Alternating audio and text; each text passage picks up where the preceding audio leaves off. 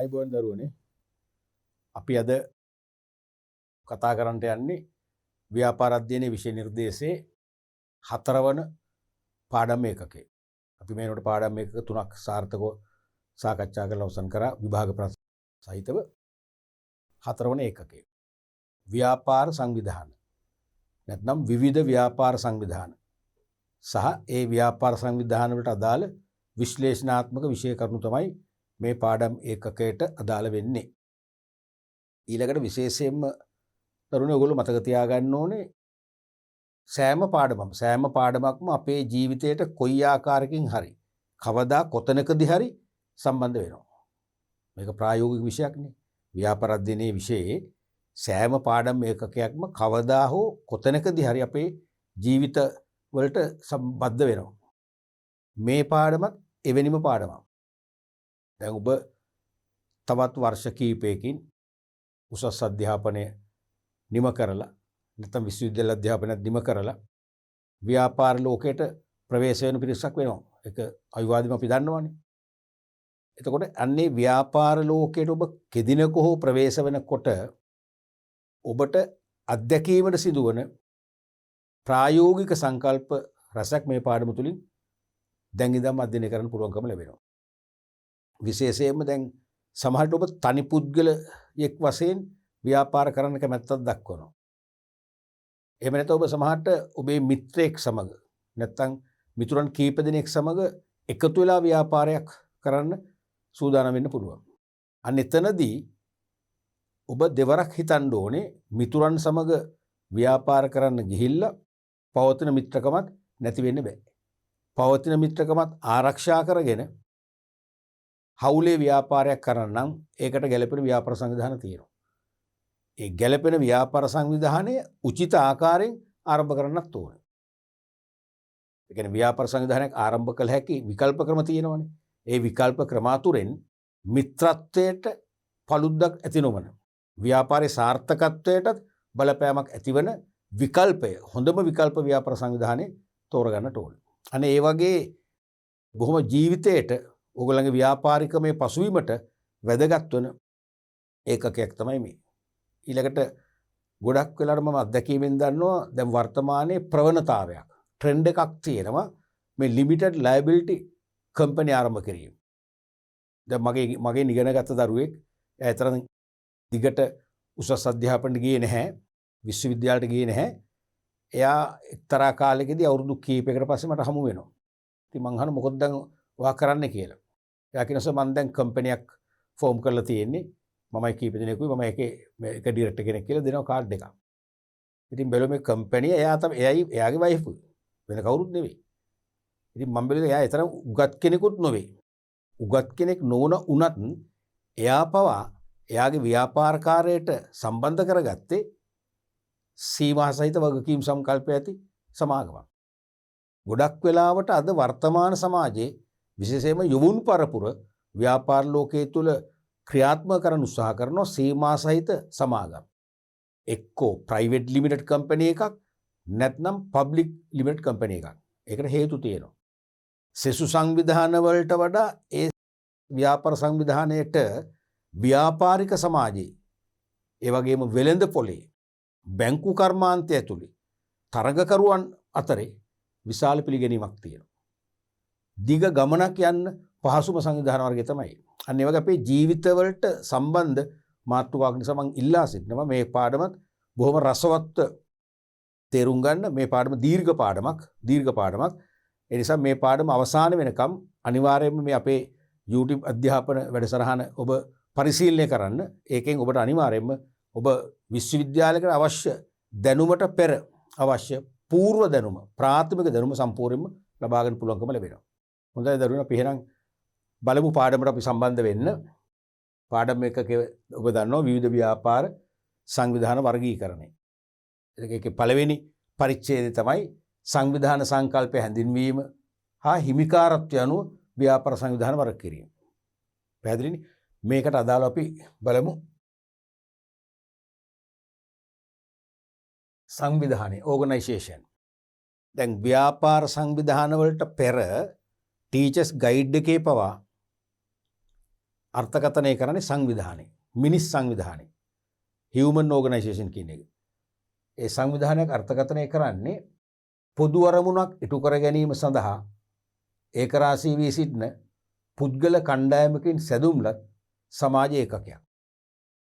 පොදු අරමුණක් ඉටු කර ගැනීම සඳහා ඒකරාශී වී සිටින පුද්ගල කණ්ඩායමකින් සැකසීලා තියෙන ඒකකයක් තමයි සංවිධානයක් කියන්නේ. දැන් ඔබට මේ පල්ලෙහා තියෙන chart එකෙන් පේනවා සංවිධානයක් ඇති වෙන්න මූලිකාංග තුනක් සම්බන්ධයි. මූලිකාංග තුනක්. එකක් තමයි පුද්ගලයෝ ඉන්න ඕනේ. පුද්ගලයෝ ඉන්න ඕනේ. අනිත් එක තමයි සංවිධාන ව්‍යුහයක් තියෙන්න ඕනේ. සංවිධාන ව්‍යුහය කියන්නේ තනතුරු ව්‍යුහයක්. කාර්යයන් බලතල වගකීම් හැම තනතුරකටම කාර්යයක් පැවරෙනවා. ඒ කාර්ය කරන්න බලයක් ඕනි. හිමිකමක් බලතල නැත්නම් අපි අධිකාරිය කියලා කියනවා. ඔතොරිටි. ඒ වගේම කාර්යයන් කරන්න අධිකාරිය දුන්නම අධිකාරිය ලැබුණු වහාම ඒ කාර්ය අපේක්ෂිත ආකාරයෙන් නිම කර ඉහළ කළමනාකරණයට පෙන්වීමට නැත්නම් වාර්තා කිරීමට බැඳියාවක් ඇති වෙනවා. ඒ බැඳියාව තමයි වගකීම් කියන්නේ. තේරෙනවද? මේ සෑම තනතුරකම කාර්යයන් ගුණ වෙලා තියෙනවා. බලතල නැත්නම් අධිකාරිය ගුණ වෙලා තියෙනවා. වගකීම් ගුණ වෙලා තියෙනවා. අනේ වගේ තනතුරු පද්ධතියක් තමයි සංවිධාන ව්‍යුහයක් කියන්නේ. ඒ වගේම පොදු ඉලක්ක තියෙනවා. පොදු අරමුණු.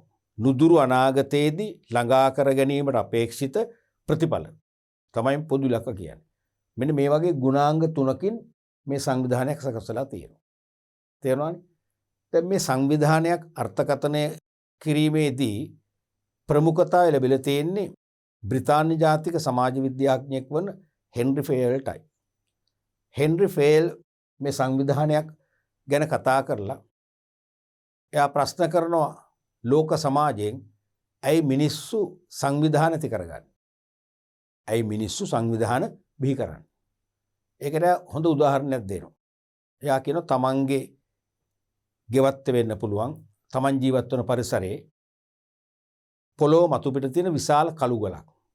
ප්‍රමාණය කියන්නේ අපි සාමාන්‍ය හිතා ගන්න ඕන ප්‍රමාණය. පොළොව මතු පිට තියෙන විශාල කළු ගලක් තනි පුද්ගලයෙකුට පෙරලන්න කිව්වොත් පෙරලන්න පුළුවන්ද? පෙරලන්න බෑ. නමුත් පුද්ගල කණ්ඩායමකට පැවරුවොත් ඒගොල්ලෝ අවශ්‍ය මෙවලම් ගල්ලීනි වැනි මෙවලම් පාවිච්චි කරලා ඒගොල්ලන්ගේ ශක්තිය පාවිච්චි කරලා ඒක පෙරලන්න පුළුවන්. යම් ස්ථානයක සිට Tamanට අවශ්‍ය ස්ථානට ගෙන යන්න පුළුවන්. අන්න ඒකට තමයි සංවිධානය ඇති වෙන්නේ. කියන්නේ මිනිසාට තනිව කළ නොහැකි හෝ තනිව කිරීම අපහසු කාර්යයන් වඩා පහසුවෙන් වඩා සාර්ථකව ඉටු කිරීමට තමයි මිනිස්සු සංවිධාන පිහිටුව ගන්න. නැත්නම් සංවිධාන ගත වෙන්නේ. සංවිධාන ගත වෙන්නේ කියන්නේ මිනිස්සු කණ්ඩායම් වශයෙන් සමූහගත වෙන්නේ. මිනිසාට තනිව කළ හැකි දේ කරගන්න වань. අපිට කෑම කන්න පුළුවන්. අපිට නා ගන්න පුළුවන්. අපිට සින්දු කියන්න පුළුවන්. අපිව තනියම කරගන්නවනේ. කරන්න බැරි දේ තියෙනවනේ. අපිට කිසියම් ඉලක්කගත විභාගයක් සඳහා තනියම අධ්‍යයනය කරන්න බෑ. අධ්‍යයනය දෙන්න අමාරුයි. ඒ නිසා අපි ගුරුවරු හොයාගෙන යනවා. පාසල් වලට, උපකාරක පන්ති වලට නේ. ඒ මොකද තනිව කරන්න බැරි නිසා. ඒ වගේ තනිව කළ නොහැකි හෝ කරන්න පුළුවන් වුණත් අමාරු කාර්යයන් වඩා පහසුවෙන් ඒ වගේම සාර්ථකව නැත්නම් නිවැරදිව කරන්න තමයි මිනිස්සු සංවිධානගත වෙන්නේ. ඒක තමයි කළුගලේ උදාහරණය. තනියම කළුගල පෙරලන්න බැරි වුණාට පුද්ගල කණ්ඩායමකට කිව්වොත් ඒක පෙරලන්න පුළුවන්. පැහැදිලිනේ? එතකොට විධිමත් සංවිධානයක එහෙමනම් මූලික ලක්ෂණ තුනක් දකින්න පුළුවන්. විභාගයට මේ මෑතදිත් ඇහුව එකපාරක් විභාගයට ප්‍රශ්නයක් වශයෙන්. විධිමත් සංවිධානයක් තුල මූලික ලක්ෂණ තුනක් දකින්න පුළුවන්. එකක් තමයි පොදු අරමුණක් හෝ අරමුණු පැවතීම. පොදු එක්ක එක අරමුණක් නැත්නම් අරමුණු කීපයක් තියෙනවා. දැන් නිදසුනක් ලෙස ක්‍රිකට් කණ්ඩායමක් හිතන්නකෝ. අපේ ශ්‍රී ලංකා ක්‍රිකට් කණ්ඩායම. ශ්‍රී ලංකා ක්‍රිකට් කණ්ඩායම සංවිධානයක්. මිනිස් සංවිධානයක්. එයාලගේ තියෙන පොදු අරමුණක්. පොදු අරමුණක්. හෝ කීපයක් වෙන්න පුළුවන්. මොකද්ද පොදු අරමුණ? කිසියම් ක්‍රිකට් තරගයකට ප්‍රවේශ වීමේදී ඒ ක්‍රිකට් තරගය ජයග්‍රහණය කිරීම තමයි ඒ ක්‍රිකට් ටීම් එකේ ඉන්න 11 දෙනාගේම පොදු පරමාර්ථය වෙන්නේ. ඉලක්කය වෙන්නේ. ඒකයි පොදු කියන්නේ. දැන් අපි හිතමු ඒ ක්‍රිකට් කණ්ඩායමේ 6 දිනෙකට ඕනේ ජයග්‍රහණය කරන්න. 5 දිනෙකට ඕනේ පරාජය වෙන්න. තවත් කෙනෙකුට ඕන දෙයක් වෙද්දී කියලා හිතාගෙන ඉන්නවා. එහෙම වුණොත් එතන මේ අපි කියන විධිමත් මිනිස් සංවිධානයක් ඇතු වෙන්නේ නැහැ. ඒවට අපි කියන අවිධිමත් සංවිධාන. Informal organisation. ඒ නිසා ක්‍රිකට් කණ්ඩායමේ 11 දෙනාටම පොදු අරමුණක් තියෙනවා. මොකද්ද? මේ තරඟය අපි කෙසේ හෝ ජයගත යුතුයි. අන්න පොදු අරමුණ. අරමුණු තියෙන්නත් පුළුවන්. එකක් වෙන්න ඕනේ නැහැ. මොකද එකක් තමයි පළවෙනි අරමුණ කෙසේ හෝ ජයග්‍රහණය කිරීම. දෙවන අරමුණ වැඩිම ලකුණු වේගයකින්, වැඩිම රන් රේට් එකකින්, වැඩිම ලකුණු වේගයකින් ජයග්‍රහණය කිරීම. අන්න තවත් අරමුණ. ඊළඟ අරමුණ තමයි කඩලු දෙකක් හෝ තුනකට වඩා දෙන්නේ අපි. දෙවියන්. කඩලු දෙකක් හෝ තුනක් පමණ දෙවිලා අපි ඉලක්කගත ලකුණු ප්‍රමාණය ළඟා වෙන්න. අන්න අරමුණු තුනක්. ඒ වගේ ඒව හැමෝටම පොදුයි. 11 දෙනාටම පොදුයි. පැහැදිලිනේ? ඒ නිසා දැන් පන්ති කාමරයක ශිෂ්‍යෝ ගන්නක ඕගොල්ලෝ පන්ති කාමරයකට ගොනු වෙලා අධ්‍යාපනය කරද්දී ඕගොල්ලෝ පන්ති කාමරේ ඉන්න ශිෂ්‍ය සංඛ්‍යාවත් සංවිධානය. ඒ දරුවන් අපේ දුම් 40ක් ඉන්නවා කියලා 35ක් ඉන්නවා කියලා. ඒ දරුවන්ගේ භාගයක්ගේ ඉලක්කය විභාගයේ සමත් වෙන්න. තවත් භාගී ඉලක්කයේ විභාගයේ අසමත් වෙන්න. එහෙමද? එහෙමනම් එතන සංවිධානයක් නැහැ. විධිමත් සංවිධානයක් නැහැ. ඒ පන්ති හැම දෙනාගේම පොදු අරමුණ විය යුත්තේ ඉලක්කයේ විය යුත්තේ විභාගයේ උසස් අන්දමින් සමත් වීම. ඒ වගේ පොදු අරමුණක් හෝ අරමුණු තියෙන්නට ඕන. දෙවෙනි එක තමයි පුද්ගලයන් කණ්ඩායමක් ඉන්නට ඕන. පුද්ගලයෝ කණ්ඩායමක් ඉන්නට ඕන. තනි පුද්ගලයෙකුට අපි සංවිධානයක් කියලා සාමාන්‍යයෙන් කියන්නේ. තනි පුද්ගලයෙකුට සංවිධානයක් කියලා සාමාන්‍යයෙන් කියන්නේ නැහැ. විවර කරන්නේ නැහැ. පුද්ගලයෝ අඩුම ගන්න දෙන්නෙක් නැත්නම් වැඩි පිරිසක් ඉන්න ඕන. ඊළඟට මේ පුද්ගලයෝ මේ පුද්ගල කණ්ඩායම නිශ්චිත රටාවකට ඒකරාශී වූ කණ්ඩායමක් වෙන්නත් ඕන. තේරෙනවද? නිශ්චිත රටාවකට ඒකරාශී වූ කණ්ඩායමක් වෙනවා කියන එක තේරුම යම්කිසි පිළිවෙලක් තියෙනවා. ඒ කියන්නේ අසමාන අරමුණු තියෙන, අසමාන වයස් කාණ්ඩ වලට අයත්, අසමාන ජීවන රටාවන්ට අයත් පුද්ගලයෝ වෙන්න බෑ. දැන් නිදසුනක් ලෙස අපි හිතමු ඕගොල්ලන්ගේ පන්ති කාමරයක ළමයි 40ක් ඉන්නවා නම් ඒ 40ට ඉන්නවා 5 දෙනෙක් ඉන්නවා එක වසරේ ළමයි. තව 5 දෙනෙක් ඉන්නවා 8 වසරේ ළමයි. තව 5 දෙනෙක් ඉන්නවා 10 වසරේ ළමයි. තවත් 5 දෙනෙක් ඉන්නවා සාමාන්‍ය පෙළ හදාරන ළමයි. තවත් 10 දෙනෙක් විතර ඉන්නවා උසස් පෙළ හදාරන ළමයි. මොකද වෙන්නේ? අච්චාරුවන්නේ. අච්චාරුවන්නේ. ඒක පිළිවෙලක් නැහැනේ. ඒක ක්‍රමානුකූල සංවිධානයක් වෙන්නේ නැහැ. ඒ නිසා අපි තුමු එක පන්තියක ඉන්නෝනේ කො 40 දෙනාම එක වසරේ ළමයි. නැත්නම් 40 දෙනාම උසස් පෙළ ළමයි. 40 දෙනාම උසස් පෙළ ළමයි වුණත් අපි හිතමු 10 දෙනෙක් ඉන්නවා උසස් පෙළ ගණිත අංශේ විෂය හදාරන ළමයි. තව 10 දෙනෙක් ඉන්නවා වාණිජ්‍ය විෂය ධාරාවේ. තව 10 දෙනෙක් ඉන්නවා විද්‍යා විෂය ධාරාවේ. තව 10 දෙනෙක් ඉන්නවා තාක්ෂණ වේදේ. සාර්ථක නැහැ. ඒකත් අවිධිමත්. තේරෙනවද? අන්න එක මේක රටාවක් තියෙනවා. යම් නිශ්චිත රටාවකට කණ්ඩායම් ගත වෙච්ච, යම් නිශ්චිත රටාවකට ගුණ වෙච්ච පුද්ගල කණ්ඩායමක් ඉන්නට ඕන. දැන් ක්‍රිකට් ටීම් එකේ උදාහරණ හිතන්නකෝ. ක්‍රිකට් ටීම් එකේ 11 දෙනෙක් ඉන්නවා. 11 දෙනාටම හොඳට මේ පන්දුට පහර දෙන්න පුළුවන්. බැට් කරන්න පුළුවන්. හැබැයි පන්දු යවන්න බෑ. බෝල් කරන්න බෑ. ඒ වගේම ෆීල් කරන්න, පන්දු රකින්න බෑ. ඒතර මොකද වෙන්නේ? පන්දු රකින්න අපිද? ප්‍රේක්ෂකයෝ. පන්දු යවන්නේ අපිද? අසාර්ථකයිනේ. අවිධිමත් ඒ කියන්නේ අසම්පූර්ණ සංවිධානයක් නේ. ඒ නිසා ක්‍රිකට් ටීම් එකේ පව රටාවක් තියෙන්න ඕනේ. පන්දු යවන්න 5 දෙනයි. පිටිකරු 4 දෙනයි. ඉතුරු අය සමහර ඕල් රවුන්ඩර්ස්ලා.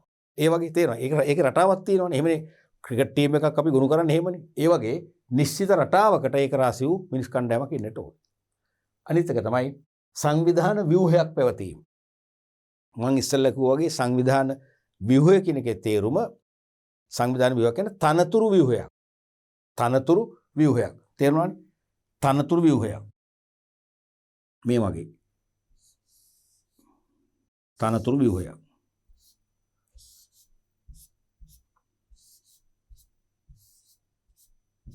තනතුරු ව්‍යුහය. දැන් මේ අපි මම මේ රවුම් කරන්නේ තනතුරු. තනතුරු. මේකෙත් තියෙන ක්‍රමයක්. මොකක්ද? මේ මුඩම ඉන්න කෙනා ළඟ තමයි සම්පූර්ණ බලතල තියෙන්නේ. ඔතෝරිටි එක අධිකාරිය.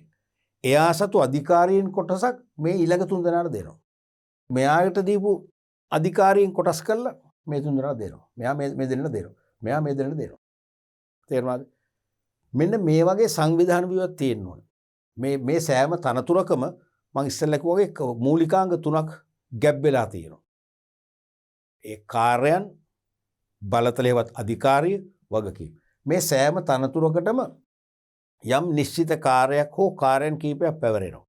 ඒ කාර්යයන් ඉටු කරන්න ඉහලින් තමන්ගේ තනතුරට ඉහළ තනතුරකින් නීත්‍යානුකූලව කිසියම් බලයක් අයිතිවාසිකම් ටිකක් දෙන එක තමයි අධිකාරිය කියන්නේ.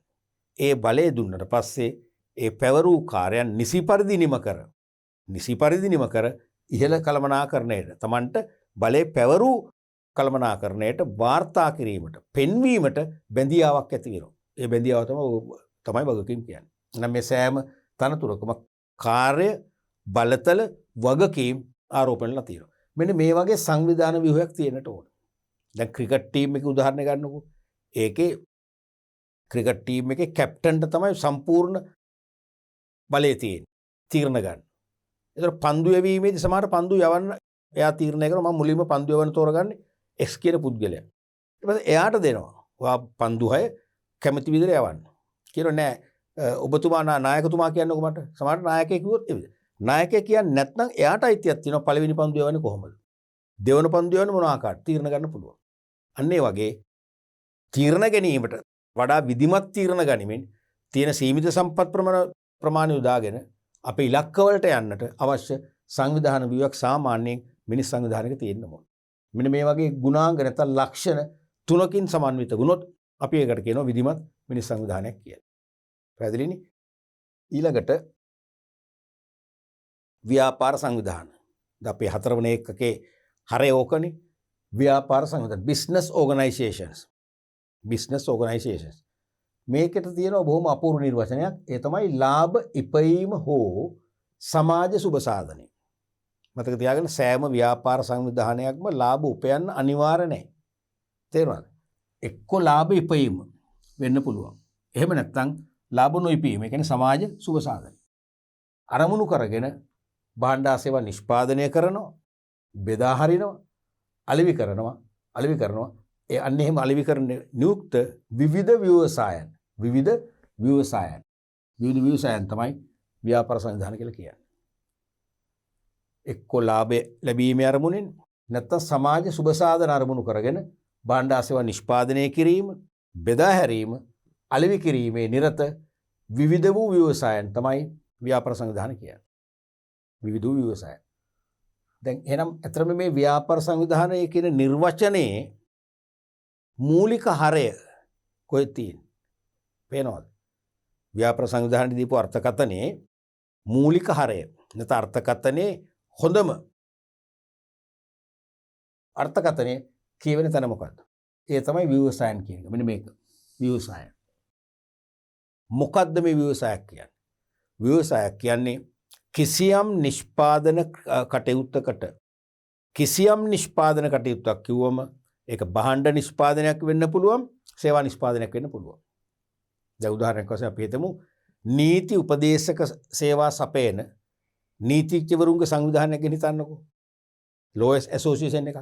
ඒ ලෝයර්ස් ඇසෝසියේෂන් එකෙන් කරන්නේ නීති උපදේශ සපයන සේවයන්නේ. තේරෙනවද? අන්නේ නීති උපදේශක සේවා සැපීම කියන එක තමයි ඒ සංගමයේ මෙහෙයුම් ක්‍රියාවලිය වෙන්නේ. මම ඔබට කලින් ඒකවලදීත් කියලා දුන්නා ඕනම ව්‍යාපාරයක මෙහෙයුම් ක්‍රියාවලිය කියන්නේ කිසියම් ව්‍යාපාරයක් විසින් ඉටු කරන ප්‍රධාන ව්‍යාපාර කාර්යය.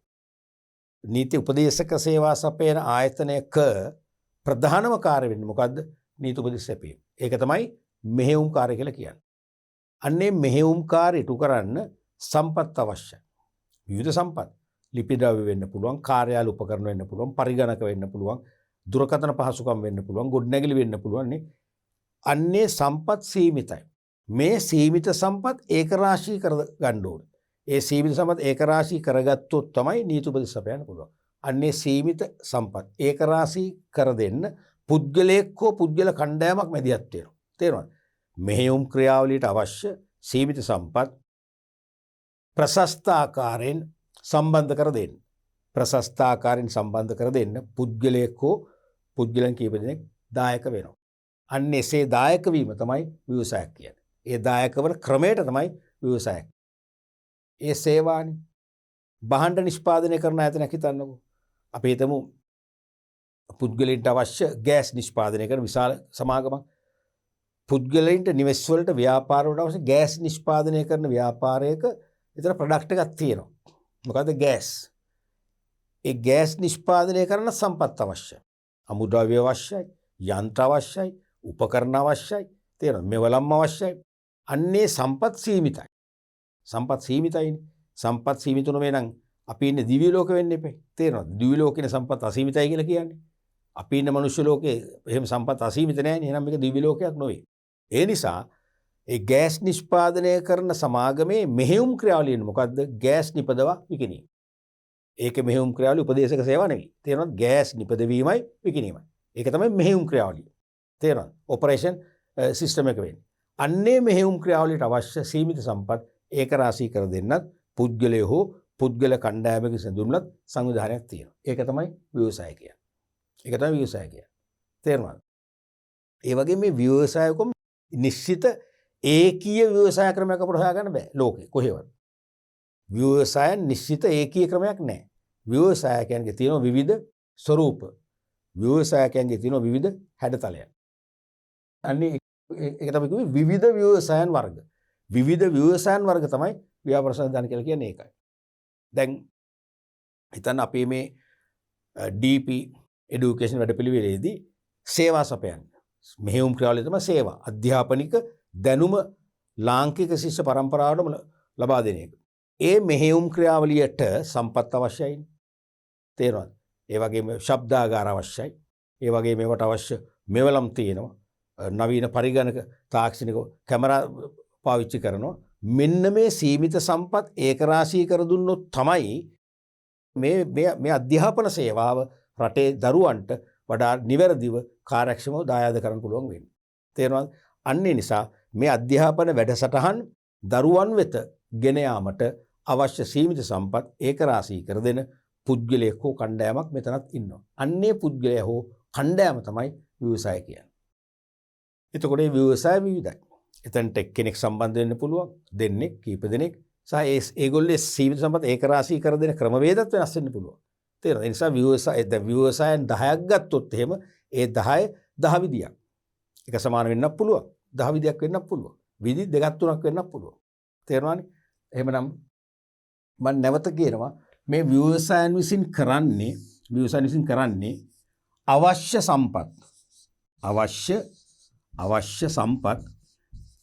අවශ්‍ය සම්පත් ඒකරාශී කර දීම. ඔකට මොකද හරය? අවශ්‍ය සම්පත් ඒකරාශී කර දීම.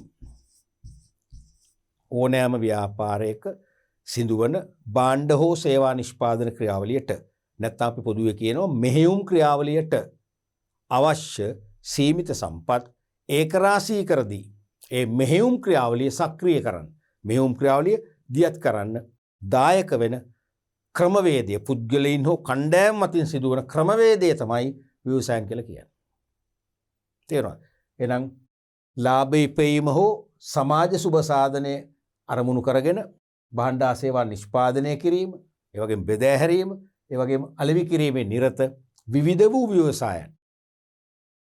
වූ ව්‍යවසායන් තමයි ව්‍යාපාර සංවිධාන කියන්නේ.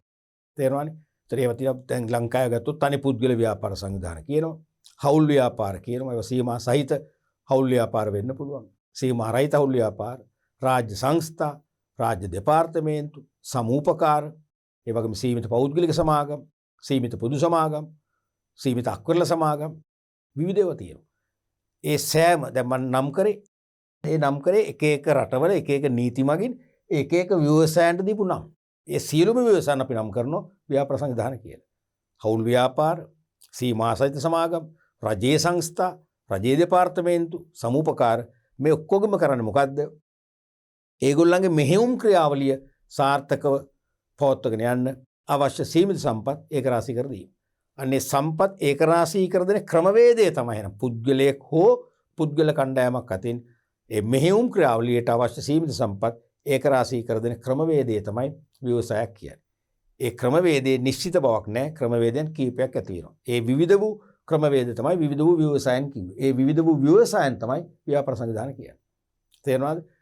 දැන් මේකේ නැවත නැවතත් මතක් කරගන්න මේ ව්‍යාපාර සංවිධානය කියන්නේ ව්‍යාපාර ආයතනය කියන එක නෙවෙයි. ව්‍යාපාර ආයතනය කියන එක නෙවෙයි. ව්‍යාපාර ආයතනය එක සංකල්පයක්, ව්‍යාපාර සංවිධානයේ තව සංකල්පයක්. පැහැදිලිද? ඔක දැන් ළමයි ගොඩාක් අය වරද්ද ගන්නවා. ව්‍යාපාර සංවිධානය, ව්‍යාපාර ආයතන දෙකක්. දැන් ව්‍යාපාර ආයතනය කියන්නේ භෞතික සම්පත් නිදරුවනේ. ව්‍යාපාර ආයතනයක් කියන්නේ භෞතික සම්පත් තියෙන්න ඕන. ඉඩම් තියෙන්න ඕන. ගොඩනැගිලි තියෙන්න ඕන. කාර්යාලය වෙන්න පුළුවන්, ගබඩා වෙන්න පුළුවන්, ගොඩනැගිලි තියෙන්න ඕන. සමහර විට යන්ත්‍ර උපකරණ තියෙන්න ඕන. ගෘහ භාණ්ඩ තියෙන්න ඕන. තාක්ෂණික මේවලම් තියෙන්න ඕන. මිනිස්සු ඉන්න ඕනේ. ඒකනේ භෞතික සම්පත්නේ. ඒක තමයි ව්‍යාපාර ආයතනයක් කියන්නේ. හරිද? ඒ ව්‍යාපාර ආයතන ඇතුලේ කිසියම් ව්‍යාපාර කටයුත්තක් වෙනවා. ඒක භාණ්ඩ නිෂ්පාදනය, එක්ක සේවා නිෂ්පාදනය. අන්න එතනට සම්පත් අවශ්‍යයි. අන්න එතනට අවශ්‍ය සම්පත් ඒකරාශී කර දෙනවා නම් යම් පුද්ගලයෙක් හෝ පුද්ගල කණ්ඩායමක්, ඒක තමයි ව්‍යවසාය කියන්නේ. ඒක තමයි ව්‍යවසාය කියන්නේ. ඒක තමයි ව්‍යවසාය කියන්නේ. එහෙම ඒකරාශී කර දුන්නම තමයි අන්න නිෂ්පාදනය වෙන්නේ. නිෂ්පාදනය වෙලා අලෙවි කිරීම ඇති වෙන්නේ. එතකොට තමයි අපි ව්‍යාපාර, ඒ කියන්නේ ව්‍යාපාරයක් කියලා කියන්නේ. ව්‍යාපාර කටයුත්තක් ඇතුළේ කියන්නේ එතකොටයි. පැහැදිලිද? ඒ වගේ අවසන් අසුරු මම කියන්නේ කිසියම් භාණ්ඩයක් හෝ සේවාවක් නිෂ්පාදන ක්‍රියාවලියේදී හෙවත් මෙහෙයුම් ක්‍රියාවලියේදී අවශ්‍ය සීමිත සම්පත් ඒකරාශී කර දෙන ක්‍රමවේදය තමයි ව්‍යවසාය කියන්නේ. ඒ ක්‍රමවේදයේ විවිධ ක්‍රම තියෙනවා. පුද්ගලයෝ සහ පුද්ගල කණ්ඩායම් ඒ සීමිත සම්පත් ඒකරාශී කර දෙනවා ක්‍රම ගණනාවකින්. ඒ ක්‍රම සියල්ලම අපි නම් කරනවා විවිධ ව්‍යවසායන් කියලා. ඒව තමයි ව්‍යාපාර සංවිධාන කියන්නේ. ඒව තමයි ව්‍යාපාර සංවිධාන කියන්නේ. එහෙනම් මේ ව්‍යවසායන් කියන එක නොතිබුණා නම් ව්‍යාපාරයක් හෙවත් ව්‍යාපාර කටයුතු ජනිත වෙන්නේ නැහැ. ව්‍යාපාර කටයුතු සක්‍රිය වෙන්නේ නැහැ. පැහැදිලිනේ? දැන් ඉස්කෝලයක් හිතන්නකො, පාසලක ක්‍රමවත්ව ළමයිට අධ්‍යාපනය ලබා දීමේ මෙහෙයුම් කටයුත්ත වෙනවනේ. ඉතින් ඒකටත් අවශ්‍ය සම්පත් ඒකරාශී කරනවා. ඩෙස් බංකු, පොත්පත්, ඒ වගේ විද්‍යාගාර, පුස්තකාලයට අවශ්‍ය පොත්පත්, ඒ වගේ මානව සම්පත, ගුරු ඒ සියල්ල ඒකරාශී කර දෙන්නේ කොහෙන්ද? රජය කියන තනි ඒකකයක්. රජය කියන තනි ඒකකයක්. එහෙනම් රජයත් කවුද? ව්‍යවසායයක්. රජයත් ව්‍යවසායයක්. අපි තුම ඕගොල්ලෝ සුපිරි වෙළඳසැලක් ආරම්භ කරනවා. සුපිරි වෙළඳසැල ආරම්භ කරන්නේ ඕගොල්ලෝ අපි තුම 5 දෙනෙක් එකතු වෙලා හවුල් ව්‍යාපාරයක් විදියට හවුල් වෙලා. තේරුණාද? ඒ සුපිරි වෙළඳසැලට ඉඩම් ඕනේ. ගොඩනැගිලි ඕනේ. සීතාගාර ඕනේ. භාණ්ඩ අලෙවි කරන්න, ප්‍රදර්ශනය කරන්න රාක්ක ඕනේ. තේරුණාද? ඒ වගේම මුදල් එකතු කිරීමයන්ට ඕනේ. ඒ වගේම මුදල් අය කිරීමයන්ට ඕනේ. තාක්ෂණික මේවලම් ඕනේ. කැමරා තාක්ෂණ ඕනේ. ඒ වගේම සේවකයෝ ඕනේ, මිනිස්ත්‍රමය ඕනේ, භාණ්ඩ ඕනේ. මේවා ඒකරාශී කර දෙන්නේ කවුද? අර 5 දෙනා. ඕගොල්ලෝ 5 දෙනා. එහෙනම් ඕගොල්ලෝ 5 දෙනා කවුද? හවුල් ව්‍යාපාරය. අන්න ව්‍යවසාය. තේරුණාද? ඒ නිසා අපි උදාහරණ එළි වෙනකන් කිව්වත් සෑම ව්‍යාපාරයකදීම ව්‍යවසායක් සම්බන්ධ වෙනවා. ඒ කියන්නේ පුද්ගලයෙක් හෝ පුද්ගල කණ්ඩායමක් මගින් ඒ ව්‍යාපාර කාර්යයට අවශ්‍ය සීමිත සම්පත් ඒකරාශී කර දෙනවා. අන්න එහෙම ඒකරාශී කර දෙන ක්‍රමවේද තමයි ව්‍යවසායන් කියන්නේ. ඒ ව්‍යවසායන්ට තමයි ව්‍යාපාර සංවිධාන කියන්නේ. පැහැදිලිනේ? ඊළඟට හිමිකාරත්වයේ මත ව්‍යාපාර සංවිධාන වර්ගීකරණය. හිමිකාරත්වයේ මත ව්‍යාපාර සංවිධාන වර්ගීකරණය කරන්න පුළුවන්. විශේෂ නිර්දේශ අනිවාර්යයෙන් මේ එකකේ කරන්න කියලා නියම කරලා තියෙනවා. ටීචර්ස් ගයිඩ් එක කරාත් අනිවාර්යයෙන්ම විභාගයටත් ප්‍රශ්න යොමු වෙනවා. හිමිකාරත්වය අනුව මූලික ව්‍යාපාර සංවිධාන වර්ග දෙකයි තියෙන්නේ. එකක් තමයි රාජ්‍යාංශයේ ව්‍යාපාර සංවිධාන. එහෙම නැත්නම් අපිට ඔකට කියන්න පුළුවන් පොදු අංශයේ ව්‍යාපාර සංවිධාන. දෙකම එකයි බොත්තාසේ. රාජ්‍යාංශයේ ව්‍යාපාර, පොදු අංශයේ ව්‍යාපාර සංවිධාන. ඒ කියන්නේ එක්කෝ මධ්‍යම රජය හෝ පළාත් සභා හෝ පළාත් පාලන ආයතනවල අරමුදල් ආයෝජන යටතේ සමාජ සුබ සාධන අරමුණු කරගනිමින් රාජ්‍ය හිමිකාරත්වයක් ඇතිව පවත්වාගෙන සංවිධාන.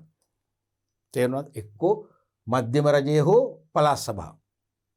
මධ්‍යම රජය කියන්නේ එකක්නේ, එක ආයතනයක්නේ. පළාත් සභාව කියන්නේ පළාත් මට්ටමින් තවත් ආයතන කීපයක්නේ. පළාත් සභා 7ක් තියෙනවා. එක්කෝ පළාත් පාලන ආයතන. ඒ කියන්නේ ප්‍රාදේශීය මට්ටමින් ක්‍රියාත්මක වන ආණ්ඩුවේ ඒජන්සි. ආණ්ඩුව ඒජන්සිනේ රජයේ නියෝජිත ආයතන. ඔය වගේ එක්කෝ මධ්‍යම රජය, එහෙම නැත්නම් පළාත් සභා, නැත්නම් පළාත් පාලන ආයතන වල අරමුදල්. ඒගොල්ලෝ තමයි අරමුදල් යොදවන්නේ. ඒගොල්ලන්ගේ අරමුදල් වල ආයෝජනයේ යටතේ සමාජ සුබ සාධනය. ලාභ අරමුණක් නැහැ. ලාභය මූලික අරමුණ නෙමෙයි. මේක විශේෂම දේ තමයි සමාජ සුබ සාධනය. සමාජ සුබ සාධනය අරමුණු කරගනිමින් රාජ්‍ය හිමිකාරත්වයක් ඇතුව. ඇයි ඒගොල්ලෝ නරමුදල් යොදවන්නේ? මම නම් අරමුදල් යොදවන්නේ අයිතිය තියෙන මට. එහෙනම් රාජ්‍ය බලාධිකාර අරමුදල් යොදවුවා නම් මේවා අයිතිය ඉන්නේ රජයට. එහෙනම් රාජ්‍ය හිමිකාරත්වයක් ඇතිව පවත්වාගෙන යන සංවිධාන. නැත්නම් පවත්වාගෙන යන විවිධ ව්‍යවසාය තමයි පොදු අංශය නැත්නම් රාජ්‍ය අංශය සංවිධාන කියලා කියන්නේ. දෙවෙනි එක තමයි පෞද්ගලික අංශයේ ව්‍යාපාර සංවිධාන. පෞද්ගලික අංශයේ ව්‍යාපාර සංවිධාන. ඒ කියන්නේ පුද්ගලයෙකු හෝ පුද්ගල කණ්ඩායමක් විසින් අරමුදල් යොදවලා ලාභ ඉපීමේ අරමුණ ඇතුව පවත්වාගෙන යන ඕනෑම සංවිධානයක් අපි නම් කරනවා පෞද්ගලික අංශයේ ව්‍යාපාර සංවිධාන කියලා. තේරුණාද? එක්ක තනි පුද්ගලයෙක් නැත්නම් පුද්ගල කණ්ඩායමක් තමයි අරමුදල් යොදවන්නේ. තේරුණාද? ඒ වගේම අර ඉස්සෙල්ලා කිව්වේ සමාජ සුබ සාධන අරමුණනේ. මේක තියෙන ලාභ ඉපීමේ අරමුණ. ලාභ ඉපීමේ අරමුණ. ඇතුව පවත්වාගෙන යන ව්‍යාපාර සංවිධාන තමයි පෞද්ගලික අංශයේ ව්‍යාපාර සංවිධාන කියන්නේ. එතකොට දැන් මේ දෙක සසදන්නකෝ. පොදු අංශයේ ව්‍යාපාර වලට අරමුදල් සපයන්නේ රාජ්‍ය ව්‍යවසාය මගින් නැත්නම් රාජ්‍ය ආයතන මගින් රාජ්‍ය අංශය මගින්. ඒ මධ්‍යම රජයේ පළාත් සභාව හෝ පළාත් පාලන ආයතන. නමුත් පෞද්ගලික අංශයේ ව්‍යාපාර සංවිධාන වලට අරමුදල් සපයන්නේ එක්ක පුද්ගලයෙක් පුද්ගල කණ්ඩායමක්. අන්න එක වෙනස්කමක්. ඊළඟට පොදු අංශයේ ව්‍යාපාර සංවිධාන මූලික ඉලක්කය සමාජ සුබ සාධනය. සමාජ සේවය ලාභ ඉපීම නොවේ. එනමුදු පෞද්ගලික අංශයේ ව්‍යාපාර සංවිධානවල මූලික ඉලක්කය වෙන්නේ මොකද්ද? ලාභ ඉපීමයි. ඒ නිසා අන්ත දෙකක මේ සංවිධාන දෙක ගමන් කරන්නේ. තේරුණාද? ලෝකේ සෑම රටකටම මේ වර්ගීකරණය පොදුයි.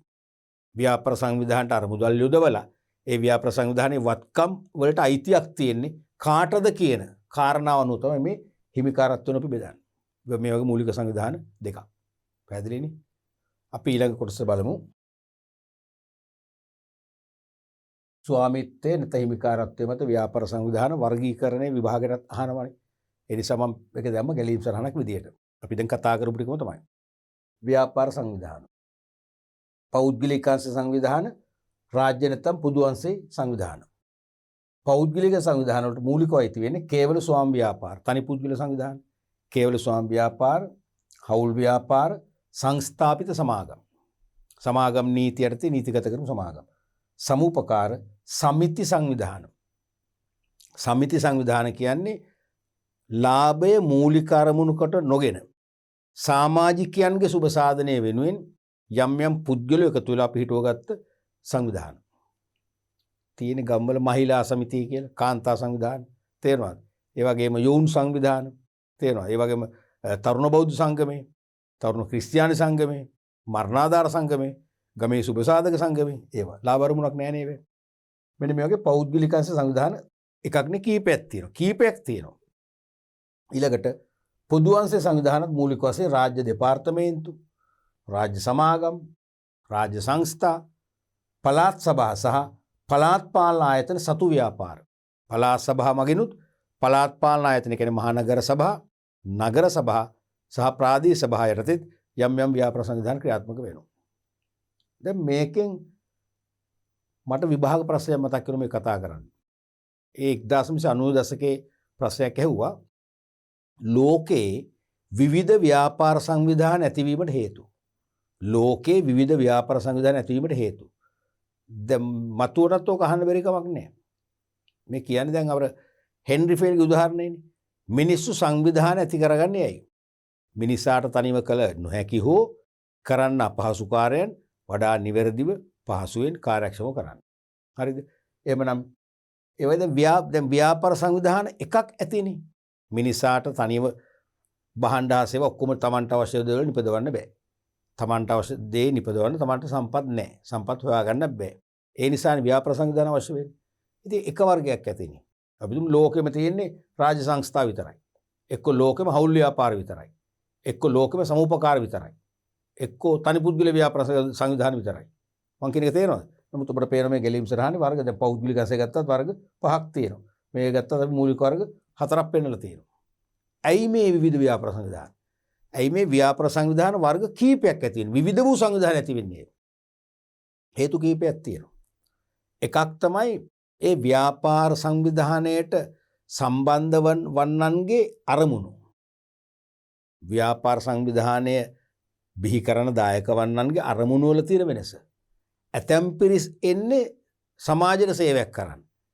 අන්න සමාජයට සේවයක් කරන්න එනකොට එහෙනම් අන්න මේ සමිති සංවිධාන වගේ සංවිධාන වලට යොමු වෙනවා.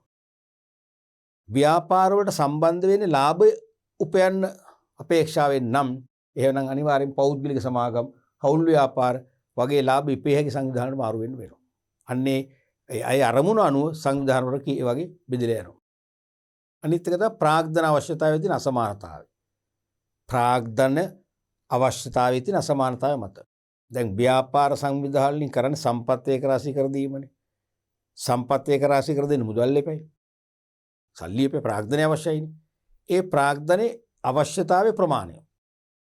දැන් සමහර මෙහෙයුම් කටයුතු ව්‍යාපාර කටයුතු මෙහෙවන්න ප්‍රාග්ධනය අවශ්‍ය වෙන කුඩා ප්‍රමාණයක්. කුඩා ප්‍රමාණයක් නම් ඒක මට තනියම සපුරා ගන්න පුළුවන් නම්. ඒ අවශ්‍ය කුඩා ප්‍රාග්ධන රුපියල් ලක්ෂයක් කියනකොට ලක්ෂය මට තනියම සම්පාදනය කරගන්න පුළුවන් නම් මම පෙළඹෙනවා තනි පුද්ගල ව්‍යාපාර සංවිධානයක් වශයෙන් යන්නේ. කේවල ස්වාමීන් වශයෙන් යන්නේ. ඇයි ඒක ලැබෙන ලාභي මට තනියම භුක්ති විඳින්න පුළුවන්. තේරුණාද? නමුත් ප්‍රාග්ධන අපිට ලක්ෂ මිලියන 10ක් කෝටියක් මිලියන 10ක් වගේ අවශ්‍ය නම් මට තනියම හොයන්න බෑ. මට එච්චර ඉතිරි කිරීම නැහැ. මම එහෙම විශාල ආදායම් මාර්ග තියෙන කෙනෙක් නෙවෙයි. මට ව්‍යාපාර ඥානයක් තියෙනවා. තේරෙනවද? දැන් මොකද වෙන්නේ? අන්න මට සිද්ධ වෙනවා තව ඒ ප්‍රාග්ධනය කියන්නේ මිලියන 10 නැත්නම් රුපියල් කෝටිය එකතු කරගන්න පුළුවන් 10 දෙනෙක් සම්බන්ධ කරගන්න. අන්න ඒ අවශ්‍යතාවය මොකද වෙන්නේ? හවුල් ව්‍යාපාර බිහි වෙනවා. හවුල් ව්‍යාපාර බිහි වෙනවා. ඊළඟට අපි හිතමු ඒ ප්‍රාග්ධන අවශ්‍යතාවය බිලියන 500ක් කියලා බිලියන 500ක් 10 දිනකටවත් කරන්න බෑ. එහෙමනම් සිදු වෙනවා සීමා සහිත පොදු සමාගම් වගේවට යන්න. මොකද පොදු සමාගමක් වුණාම ඒ ප්‍රාග්ධනයේ කුඩා ඒකක වලට කඩලා කොටස් කරලා කොටස් ප්‍රාග්ධනය බවට පරිවර්තනය කරලා මහජනයාට ප්‍රසිද්ධියේ ඒවා ඉදිරිපත් කරලා ආරාධනා කරලා මහජනයාගෙන් ප්‍රාග්ධන රැස් කරන්න පුළුවන්. තේරෙනවද? අන්න බලන්න මේ වගේ ප්‍රාග්ධනයේ චුට්ටක් නම් තනි පුද්ගල ව්‍යාපාර සංවිධානය ඇති. ටිකක් තරමක් වැඩි නම් හවුල් ව්‍යාපාර ක්‍රමෙන් පුළුවන් පිරිමසා ගන්න. විශාල ප්‍රාග්ධනයක් අවශ්‍ය නම් අනිවාර්යයෙන්ම ලෝකේ දැවැන්තම ව්‍යාපාර සංවිධාන සංකල්පයේ වන සීමා සහිත පෞද්ගලික හෝ පොදු සමාගම් වලට යන්න වෙනවා. අන්න විවිධ සංවිධාන ඇති වෙන ආකාරය. ඊළඟට තව පොයින්ට් එකක් තමයි යම් යම් රටවල නීතිමය අවශ්‍යතා. නීතිමය අවශ්‍යතා ඉටු කිරීමටත් විවිධ ව්‍යාපාර සංවිධාන බිහි කරන්න වෙනවා. දැන් අපේ රටේ ගත්තොත් සමහර නීති මගින් සමහර ශ්‍රේෂ්ඨවල ව්‍යාපාර කටයුතු කරන්න නියම කරලා තියෙන්නේ එක්තරා විශේෂිත සංවිධාන වර්ගයකට පමණයි. නැත්නම් විශේෂිත ව්‍යාපාරකාරයක් ඉටු කරන්න විශේෂිත සංවිධාන වර්ගයකට විතරක් පවර්ලා තියෙනවා නීතිය අනුව. මම එක උදාහරණයක් කියන්නම්කෝ. දැන් ශ්‍රී ලංකා වරලත් ගණකාධිකාරී ආයතනය කියලා එකක් වහලා තියෙනවනේ. ඔබට ඉතින් යන්න වෙනවනේ ඉස්සරහට. ශ්‍රී ලංකා වරලත් ගණකාධිකාරින්ගේ ආයතනය පිහිටුවන්න සම්මත වෙච්ච පනතට අනුව වරලත් ගණකාධිකාරීන් තනිව නෙවෙයි කණ්ඩායමක් වශයෙන් එකතු වෙලා ගිණුම් කරන සේවා සපයන ව්‍යාපාර සංවිධානයක් ආරම්භ කරන්න යනවා නම් අනිවාර්යයෙන්ම වගකීම අසීමිත ව්‍යාපාර සංවිධාන වෙන්න ඕන කියලා නියම කරලා තියෙනවා. වගකීම සීමිතව බෑ. තේරෙනවද? වගකීම අසීමිත ව්‍යාපාර සංවිධාන වෙන්න ඕන. මාකට හේතු පැහැදිලි කරන්න නැතුව ඉන්නම්. ඒ කියන්නේ වගකීම අසීමිත වුණාම තමයි ඒගොල්ලන්ට තමන් ළඟට එන සේවාදායකයන්ට ඉතා ඕනෑකමින් කැපවීමෙන් වැඩ කරන්න පෙළඹවීමක් ඇති වෙන්නේ. වගකීම සීමිත වුණොත් ඒ පෙළඹවීම ඇති වෙන්නේ නැහැ. වඩා හොඳ ගරු සේවාවක් ලැබෙන්නේ නැහැ. ඒ නිසා ගිණුම් කරන සේවාව වඩා හොඳ ගෞරවනීය සේවයක් විදියට ලබා දීලා ගණකාධිකාරී වෘත්තියේ ගෞරවය ආරක්ෂා කිරීමට වෙන්න ඇති ඒ නීතියෙන් වගකීම සීමා සහිත හවුල් ව්‍යාපාර සීමා සහිත සමාගම් වශයෙන් ගණකාධිකාරීවරුන්ට එකතු වෙන්න බෑ. එහෙමනම් අන්න එතන බලන්න. තව උදාහරණයක් ගත්තොත් ශ්‍රී ලංකා රක්ෂණ මණ්ඩල පනත අනුව රක්ෂණ ව්‍යාපාරයක් කරනවා නම් අවිවාදයෙන්ම සීමා සහිත පොදු සමාගමක් වෙන්න ඕනේ. සීමා සහිත පෞද්ගලික සමාගම් වලට බෑ. හවුල් ව්‍යාපාර වලට බෑ. තනි පුද්ගල ව්‍යාපාර සංවිධාන වලට බෑ. රාජ්‍ය සංස්ථා කියන සංවිධානයට බෑ. තේරෙනවද කතාව? එහෙනම් රක්ෂණ නීතිය අනුව රක්ෂණ ව්‍යාපාර කරන්න සීමිත පොදු සමාගම අනිවාර්ය කරා. ඒ නිසා පොදු සමාගම් ඇති කරනවා. නමුත් අනිත් සෑම ව්‍යාපාරකාරයකට පොදු සමාගම් කියලා නීතියක් නැහැ. අන්න විවිධ සංවිධාන ඇති වෙනවා. වරලත් ගණකාධිකාරීන්ට සාමූහිකව බිස්නස් කරනවා නම් වගකීම අසීමිත සංවිධානයක් වෙන්න ඕනේ. නමුත් අනිත් සෑම කාර්යයකටම මෙහෙම වෙන්න ඕනේ නැහැ. ඒ නිසා විවිධ සංවිධාන බිහි වෙනවා. ඊළඟට එක එක රටවල රාජ්‍ය ප්‍රතිපත්ති මතත් මේ වගේ සංවිධාන කීපයක් ඇති වෙනවා. රාජ්‍ය ප්‍රතිපත්ති. දැන් සමාජවාදී ආර්ථික ප්‍රතිපත්ති අනුගමනය කරන රටක නම් ඒගොල්ලන්ගේ මතේ සමාජයට වඩා උසස් සේවයක් පුළුල් සේවාවක් සපයන්න පුළුවන් රාජ්‍යාංශයේ සංවිධාන තිබුණොත් පමණයි. එහෙනම් ඒ රාජ්‍යයේ වැඩිපුර 100%ම 95%ක් හරි රාජ්‍යාංශීය ව්‍යාපාර සංවිධාන වලට තමයි ප්‍රමුඛතාවය දෙන්නේ. ඒ රජයේ ප්‍රතිපත්තිනු බලන්නේ මේ වගේ රාජ්‍යාංශීය සංවිධාන වැඩිපුර ව්‍යාප්ත කරලා ඒකෙන් සේවය කරනවා.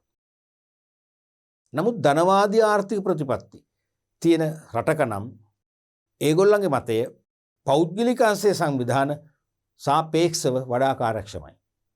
ධනවාදී ආර්ථික ප්‍රතිපත්ති අනුගමනය කරන රටක සාමාන්‍ය මතය තමයි ඒ කියන්නේ රාජ්‍ය මතය සාපේක්ෂව පෞද්ගලික අංශයේ වඩා කාර්යක්ෂමයි, වඩා ක්‍රියාශීලී.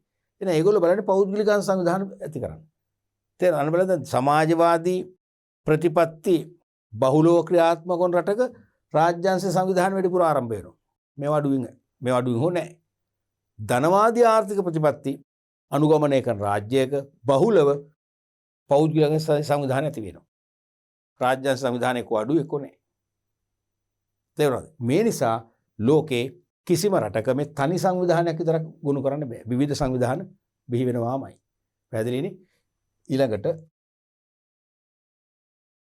ව්‍යාපාර සංවිධාන වලට අයත් මූලික සංකල්ප. මූලික සංකල්ප අපි කීපයක් විශ්ලේෂණය කළ යුතුමයි. මම මේ කොටස කරන්න පෙරම කියනවා අපි මූලික සංකල්ප 8ක් කරනවා. මේ 8 කරන්න හේතු දෙකක් තියෙනවා. අපි මේ සංකල්ප වෙන වෙනම අරගෙන. තේරෙනවද? සමහර ටීචර්ස්ලා මෙහෙම වෙනම අරන් කරන්නේ නැහැ. මම කියන්නේ ඒකට මම චෝදනා කරනව නෙවෙයි. මේ මූලික සංකල්ප 8 වෙනම කළ යුතුයි අපි. හේතුව තමයි පළවෙනි හේතුව තමයි විභාගයේදී මේ 2020 වෙනකම්ම වරින් වර මේ සංකල්ප වලින් ඍජු ප්‍රශ්න අහනවා. ඍජු ප්‍රශ්න ඇහුවම අපි නිශ්චිත පිළිතුරක් දෙන්න ඕනේ. වනන්න බෑ. මේ සංකල්ප අනුසාරයෙන් ඍජු ප්‍රශ්න අහනවා නම් ඍජු උත්තරයක් දෙන්න වෙනවා නම් පැහැදිලිද? අපි මේ සංකල්ප ගැන නිවැරදි අවබෝධයක් තියාගෙන ඉන්න ඕනේ. උදාහරණයක් වශයෙන් සීමිත වගකීමේ සංකල්පය පැහැදිලි කරන්න. නැත්නම් කොටසින් සීමිත වගකීම යන පැහැදිලි කරන්න. කෙලිම ඍජු අහනවා. එක්ක නෛතික පුද්ගලිකත්වය නෛතික පැවැත්ම යන්නේ අදහස් කරන්නේ කොහොමද? ඍජුව මේ මෑතකදීත් ඇහුවා. අන්න ඒ නිසා ඍජු ප්‍රශ්න මේ සංකල්ප වලින් ඍජු ප්‍රශ්න අහන නිසා අපි ව්‍යාපාර සංවිධාන විශ්ලේෂණයට යාමට පෙර මේ මූලික සංකල්ප වලට කිසියම් අපි කාලයක් බරක් තබන්නට ඕනේ. දෙවෙනි හේතුව තමයි මේ මූලික සංකල්ප අපි හැදෑරුවම තමයි විවිධ වූ ව්‍යාපාර සංවිධාන අතර සංසන්දනාත්මක ප්‍රශ්න ඇහුවම අපට සාර්ථක පිළිතුරු ලියන්න පුළුවන්කම ලැබෙන්නේ. නැත්තම් ව්‍යාපාර සංවිධාන වර්ග දෙකක් සම්බන්ධ කරගෙන ඒ දෙකේ අසමානකම් අහනවනේ. උදාහරණයක් වශයෙන් සීමා රහිත හවුල් ව්‍යාපාර සහ සීමා සහිත පෞද්ගලික සමාගම් අතර සමාන අසමානතා අහනවා. සමානතා දෙකක් අසමානතා දෙකක්. ඒක අසමානතා හතරක් අහනවා. එහෙම නැත්නම් සීමා සහිත පෞද්ගලික සමාගම් හා සීමා සහිත පොදු සමාගම් අතර අසමානතා හතරක් ලියන්න වෙනවා. ඒ ලියන්න මොකද වෙන්න ඕනේ? යන්න එහෙනම් අපි මේ සංකල්ප දැනගෙන ඉන්න ඕනේ. තේරෙනවද? මේ සංකල්ප දැනගෙන ඉන්න ඕනේ. නිසා මේ අපි සංකල්ප කරන්නේ හේතු දෙකක් නිසා එකක් කෙලින්ම ඍජුව විභාගයට ප්‍රශ්න වශයෙන් යොමු වෙන නිසාත් අනික මේ සංකල්ප අපි අර ව්‍යාපාර සංවිධාන සැසඳීමේදී මේ සංකල්ප එළියට අරන් තමයි අපි වෙනස්කම් පෙන්වන්නේ.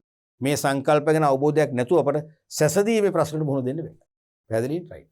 පළවෙනි එක තමයි liability කියන එක නැත්නම් වගකීම කියන එක. ඔන් ඉංග්‍රීසියෙන් දැන් මේක liability is the responsibility to settle debt by owners of a business organization. වගකීම. මොකද මේ කියන්නේ යනු යම් ව්‍යාපාරයක හිමිකරුවන්ට එකී ව්‍යාපාරයේ බැරකම එක්ක බැරකම එහෙම නැත්නම් ණයතුරුස් ගෙවා පියවා දැමීමට ඇති බැඳියාවයි. මේ වගකීම කියන සංකල්පේ තනි වචනයකින් අපි තනි වචනයකින් අර්ථකථනය කරන වගකීම කියන සංකල්පයේ නිවැරදි අර්ථය හොඳින්ම විනිවිද භාවයෙන් යුතුව පෙන්වන වචනය තමයි බැඳියාව. බැඳියාව. මොකද්ද වගකීම කියන්නේ? බැඳියාව. තේරෙනවද? දැන් අපේ පෞද්ගලික වගකීම් තියෙනවනේ. දැන් අපි ඒව නෙමෙයි කතා කරන්නේ. පෞද්ගලික වගකීමත් මේ වගේ තමයි. අපිට අම්මා තාත්තා වියදම් කරලා ආදරෙන් අපිව රැක බලාගෙන කන්න බොන්න දීලා පාසල් යවලා ටියුෂන් යවලා ඉගෙනුවම් පස්සේ අපි හොඳ රැකියා කරලා හොඳ ව්‍යාපාරික වෙලා ඒ අම්මා තාත්තෝ මියනකම් හොඳින් රැක බලා ගැනීමේ බැඳියාවක් අපිට තියෙනවා කියලා අපිට හැඟීමක් තියෙනවා. මේ බැඳියාව කියන්නේ මොකද? වගකීම. ඒ වගේ ව්‍යාපාරවලත් වගකීම් තියෙනවා. මොකද්ද? හිමිකරුවන්ට එම ව්‍යාපාරේ බැරකම්. දැන් බැරකම් දානවනේ පුතේ ඔයගොල්ලෝ accounting කරනවනේ ගිණුම් කරන්නේ. බැරකම් කියන්නේ බාහිරට අපි ගෙව යුතු දෙයක් නේ. කළ යුතු දෙයක්. බැරකම් නැත්තම් ණයතුරුස්. ගෙවා පියවා දැමීමටදී බැඳියාව. ණයතුරුස්. මොකද්ද මේ ණය කියන්නේ?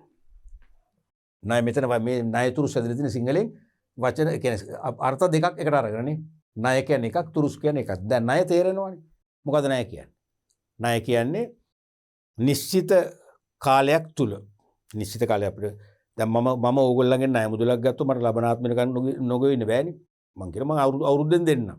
මාසෙන් දෙන්නම්. ඒ වගේ නිශ්චිත කාලයක් තුල නිශ්චිත පුලියක් සමග පුලියකුත් එපේ නිශ්චිත පුලියක් සමග ආපසු ගෙවීමේ එකඟත්වය ඇතුව ලබාගත් මුදලක් තමයි ණය කියන්නේ. තේරුණාද? නිශ්චිත කාලයක් තුල නිශ්චිත පුලියක් සමග ආපසු ගෙවීමේ එකඟත්වය ඇතුව ලබාගත් මුදලක් තමයි ණය කියන්නේ. අපි ගෙවන්න ඕනේ. අපි බැංකුවෙන් ගන්නව ණයක්. ගෙවන්න ඕනේ. ගෙවන්න අපිට බැඳියාවක් තියෙනවා. වගකීම්. ඊළඟට තුරුස් කියන්නේ මොනවද? තුරුස් කියන්නේ? ණය තුරුස් දෙක එකතු කරලා තමයි ණය තුරුස් කියලා සිංහලේ ව්‍යවහාර වෙන්නේ. තුරුස් කියන්නේ මොනවද? අපි කියනකොට දැනගන්න ඉපේ. තුරුස් කියන්නේ කිසියම් සේවාවක් ලබා ගැනීම වෙනුවෙන් ඒ සේවාව සපයන පක්ෂයට සේවාව ලබා දෙන පාර්ශවයට අප විසින් කළ යුතු ඇති ගෙවීම. අප විසින් ගෙවීමක් කරන්න තියෙනවනේ. ගෙවීමක් කරන්න අපිට බැඳියාවක් තියෙනවා. ඒක තමයි තුරුස් කියන්නේ. උදාහරණයක් වශයෙන් ලංකා විදුලි බල මණ්ඩලයෙන් හෝ ලෙකෝ සමාගමෙන් ලංකා විදුලි පුද්ගලික සමාගමෙන් අපිට විදුලි සැපයුම ලබා දෙනවා. විදුලිය සපයනවා. සේවයක් නේ කරන්නේ. සේවා සපයනවා.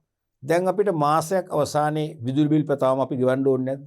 ගෙවන්න බැඳියාවක් තියෙනවනේ. වගකීම්. අන්න තුරුස්. මම ව්‍යාපාරිකයෙක් නම් මට සේවාව සපයන සේවකෝ 100ක් ඉන්නව කියලා හිතන්න මම ළඟ මගේ ව්‍යාපාරේ වැඩ කරන සේවකෝ 100ක්. ඒ මට සේවාව සපයන සේවකයෝ කරන්නේ මට සේවයක් කිරීමනේ. එහෙමනම් මම අනිවාර්යයෙන්ම ඒගොල්ලන්ට මාසයක් අවසානයේ ගිවිසගත් ආකාරයේ වැටුපක් ගෙවන්න මට බැඳියාවක් තියෙනවා. අන්න ඒකත් මොකද? තුරුසක්. මම ජනවාරි මාසේ සේවය කරලා ජනවාරි වැටුප ගෙවුවට පස්සේ සදාකල් වැඩ කරනවද ඒගොල්ලෝ මට නැහැ. පෙබරවාරි මාසේ ඒගොල්ලන්ගේ සේවය ලබන්න මං ආයෙ ගෙවන්න ඕන. මාර්තු මාසේ සේවය ලබාගෙන මං ආයෙ ගෙවන්න ඕන. ඒකත් තුරුසක්. තේරෙනවද? ගෙවන තුරුසක් එක බැඳියාවක්. හැබැයි ගෙවුවන් පස්සේ තුරුස් කතාව නැහැ. බැඳියාව නැහැ. ඊට පස්සේ ඒක වියදමක් වෙනවා. ලයිට් බිල ඇවිල්ලා අපි ගෙවනකම් මොකද ඒක? වගකීම. බැඳියාව. ගෙවුවට පස්සේ වගකීම අවසానයි. වගකීම වියදමක් බවට පත් වෙනවා. තේරෙනවද? ඒ වගේම ටෙලිෆෝන් බිල ආවා. ගෙවනකම් මොකද? බැඳියාව. අපි ගෙවන බැඳලා ඉන්නවා. හැබැයි ගෙවුවන් පස්සේ බැඳියාව ඉවරයි. වගකීම ඉවරයි. මොකද ඒ වියදමක් බවට පත් වෙනවා. ඔන්න වගේ ව්‍යාපාරයක හිමිකරුවන්ට ඒ ව්‍යාපාරේ බැරකම්. නැත්නම් ණය තුරුස් ගෙවා පියවා දැමීමේ පිටති බැඳියාව තමයි වගකීම කියලා කියන්නේ.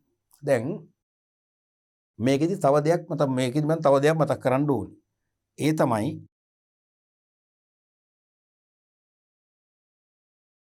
තමයි අපි දැන් මේ කතා කරන්නේ ව්‍යාපාරයට ඇතිවන වගකීම් හිමිකරුවන්ට ආරෝපණය වීමක් ගැන. මේක තේරුම් ගන්න. මම මෙහෙම කියන්නම්කෝ. A සහ B එකතු වෙලා දානවා සීමා සහිත සමාගමක්. අපි හිතමු සීමා සහිත හන්තාන සමාගම. නමින් සමාගමක් ආරම්භ කරනවා. සීමා සහිත හන්තාන සමාගම. කියලා සමාගමක් දානවා. කවුද දාන්නේ? A සහ B. මේගොල්ලෝ තමයි අයිතිකරුවෝ. මේ හන්තාන සමාගම ණයක් ගන්නවා මේ හන්තාන සමාගම ණයක් ගන්නවා. හන්තාන සමාගම ණයක් ගන්නවා. සම්පත් බැංකුවෙන්. සම්පත් බැංකුවෙන් ණයක් ගන්නවා. අපිට රුපියල් ලක්ෂ 100ක් කියලා ලක්ෂ 100ක ණයක් ගන්නවා. ප්‍රශ්න පැහැදිලිනේ? A සහ B එකතු වෙලා ඒකාබද්ධව සීමා සහිත හන්තාන සමාගම නමින් ව්‍යාපාර සංවිධානයක් පිහිටුවනවා. ඒ ව්‍යාපාර සංවිධානය පිහිටුවීමට හා පවත්වාගෙන යාමට සම්පත් බැංකුවෙන් ලක්ෂ 100ක ණයක් ගන්නවා. මං අහන්නේ මේ ණය ගෙවන්න බැඳීම තියෙන්නේ. මේ ණය ගෙවන්න බැඳිලා ඉන්නේ පළවෙනි ප්‍රශ්නේ. Aද දෙවෙනි ප්‍රශ්නය Bද තුන්වෙනි ප්‍රශ්නය A ධන Bද හතරවෙනි ප්‍රශ්නේ හන්තාන සමාගමද. ප්‍රශ්න පැහැදිලිනේ? මේ ණය ආපසු සම්පත් බැංකුවට ගෙවා පියවීමේ බැඳියාව තියෙන්නේ Aටද Bටද නැත්නම් A හා Bටද හන්තාන සමාගමද? පැහැදිලිද? මේක කරනොත් මේ කාටද? හන්තාන සමාගමට. දැන් මේ දෙන්න තමයි මේ සමාගම ආරම්භ කරන්නේ. නමුත් ගන්නේ සමාගම නමින්නේ ගන්නේ නැහැ. සමාගම ගෙවන්න ඕන. මේ දෙන්න නෙවෙයි. මේ දෙන්න නෙවෙයි. එහෙනම් මේ ණය එහෙනම් මෙන්න මේක ණයක්. මෙන්න මේක ණයක්. මෙන්න මේක වගකීමක්. හරිද? එහෙනම් මේ වගකීම මේ ණය ආපසු පියවීමේ බැඳියාව තියෙන කාටද? සමාගමටයි. මේගොල්ලන් නෙවෙයි. එනමුදු යම් හේතුවක් හෝ හේතු කීපයක් මත අපි හිතමු මේ හන්තාන සමාගම බංකොලොත් වෙනවා. බංකොලොත් වෙනවා කියන්නේ මොකද්ද? බුන්වත් වෙනවා. බුන්වත් වෙනවා කියන්නේ මොකද්ද? වස්තු බංගත්වයටපත් වෙනවා. මොකද්ද ඒකේ තේරුම? ඒ කියන්නේ හන්තාන සමාගම සතු වත්කම් හන්තාන සමාගමට අහිමි වෙනවා. ව්‍යාපාර කටයුතුෙන් පාඩු වෙලා සම්පත් කියන එක අහිමි වෙලා යනවා. අන්න බංකොලොත්. එහෙනම් බංකොලොත් වූ හන්තාන සමාගමට පුළුවන් ද මේ සම්පත් බැංකුව ණය ගෙවන්න? දැන් බෑ. දැන් බෑ. අන්න එහෙමනම් සම්පත් බැංකුවෙන් ගත්ත ණය ආපසු පියවීමේ වගකීම තියෙන කාටද? හන්තාන සමාගමටයි. නමුත් හන්තාන සමාගම බුන්වත් වුණොත් අනිවාර්යයෙන්ම ඒ ණය ගෙවීමේ හැකියාව හන්තාන සමාගමෙන් බැහැර වෙනවා. එහෙනම් දැන් A සහ B සම්පත් බැංකුවට ගිහිල්ලා කියනවා බැංකු කරුවාණනි අපි දෙන්න සක්‍රිය වෙච්ච සමාගම හන්තාන සමාගම බංකොලොත් වුණා. ඒ සමාගම බැංකු ණයක් ගත්තනේ අපි දෙන්න නෙවෙයිනේ ගත්තේ. ඒ බංකොලොත් වෙච්ච නිසා දැන් ඒ සමාගමේ ණය දැන් ඔබට ගෙවන්න විදියක් නැහැ. එහෙම කියන්න පුළුවන්ද? එහෙම කියන්න බෑ. තේරෙනවද? එහෙනම් හන්තාන සමාගම බංකොලොත් නම් හන්තාන සමාගමට ආපසු පියවීමේ බැඳියාව තිබුණු ණය මුදල සම්පත් බැංකුවට පියවීමේ වගකීම ඔටෝමැටිකලි නිතින් ආරෝපණය වෙනවා කාටද? A සහ Bට. මෙන්න මේ A සහ Bට ආරෝපණය වෙන වගකීම තමයි අපි මේ සංකල්පයේ වගකීම කියලා කතා කරන්නේ. තේරුණාද? ඒ සමේ දැන් A සහ B ගේ පුද්ගලික වගකීම නෙවෙයි ඒක දැන්. හන්තාන සමාගමට තිබිච්ච වගකීම. බංකොලොත් නිසා ණය ගවන්න බෑ. එහෙනම් ඒ වගකීම ස්වයංක්‍රීයව ආරෝපණය වෙනවා කාටද? A සහ Bට. අන්නේ Aට සහ Bට ආරෝපණය වෙන වගකීම තමයි අපි මේ වගකීම කියලා කතා කරන එක. ඒක තමයි කිව්වේ යම් ව්‍යාපාරික හිමිකරුවන්ට එකී ව්‍යාපාරයේ බැරකම් නැත්නම් ණයතුරුස් ගෙවා පියවා දැමීමට ඇති බැඳියාව තමයි වගකීම කියලා කියන්නේ. ඕකේ ප්‍රභේද දෙකක් තියෙනවා. ඕකේ ප්‍රභේද කීපයක් තියෙනවා. නැත්නම් තේරෙනවද? මූලික ප්‍රභේද කීපයක් තියෙනවා. බලමුකෝ අපි. එකක් තමයි සීමිත වගකීම. තවත් එකක් තමයි අසීමිත වගකීම. මූලික ප්‍රභේද දෙකයි. එකක් සීමිත වගකීම, එකක් අසීමිත වගකීම. තේරෙනවද? limited liability සීමිත වගකීම.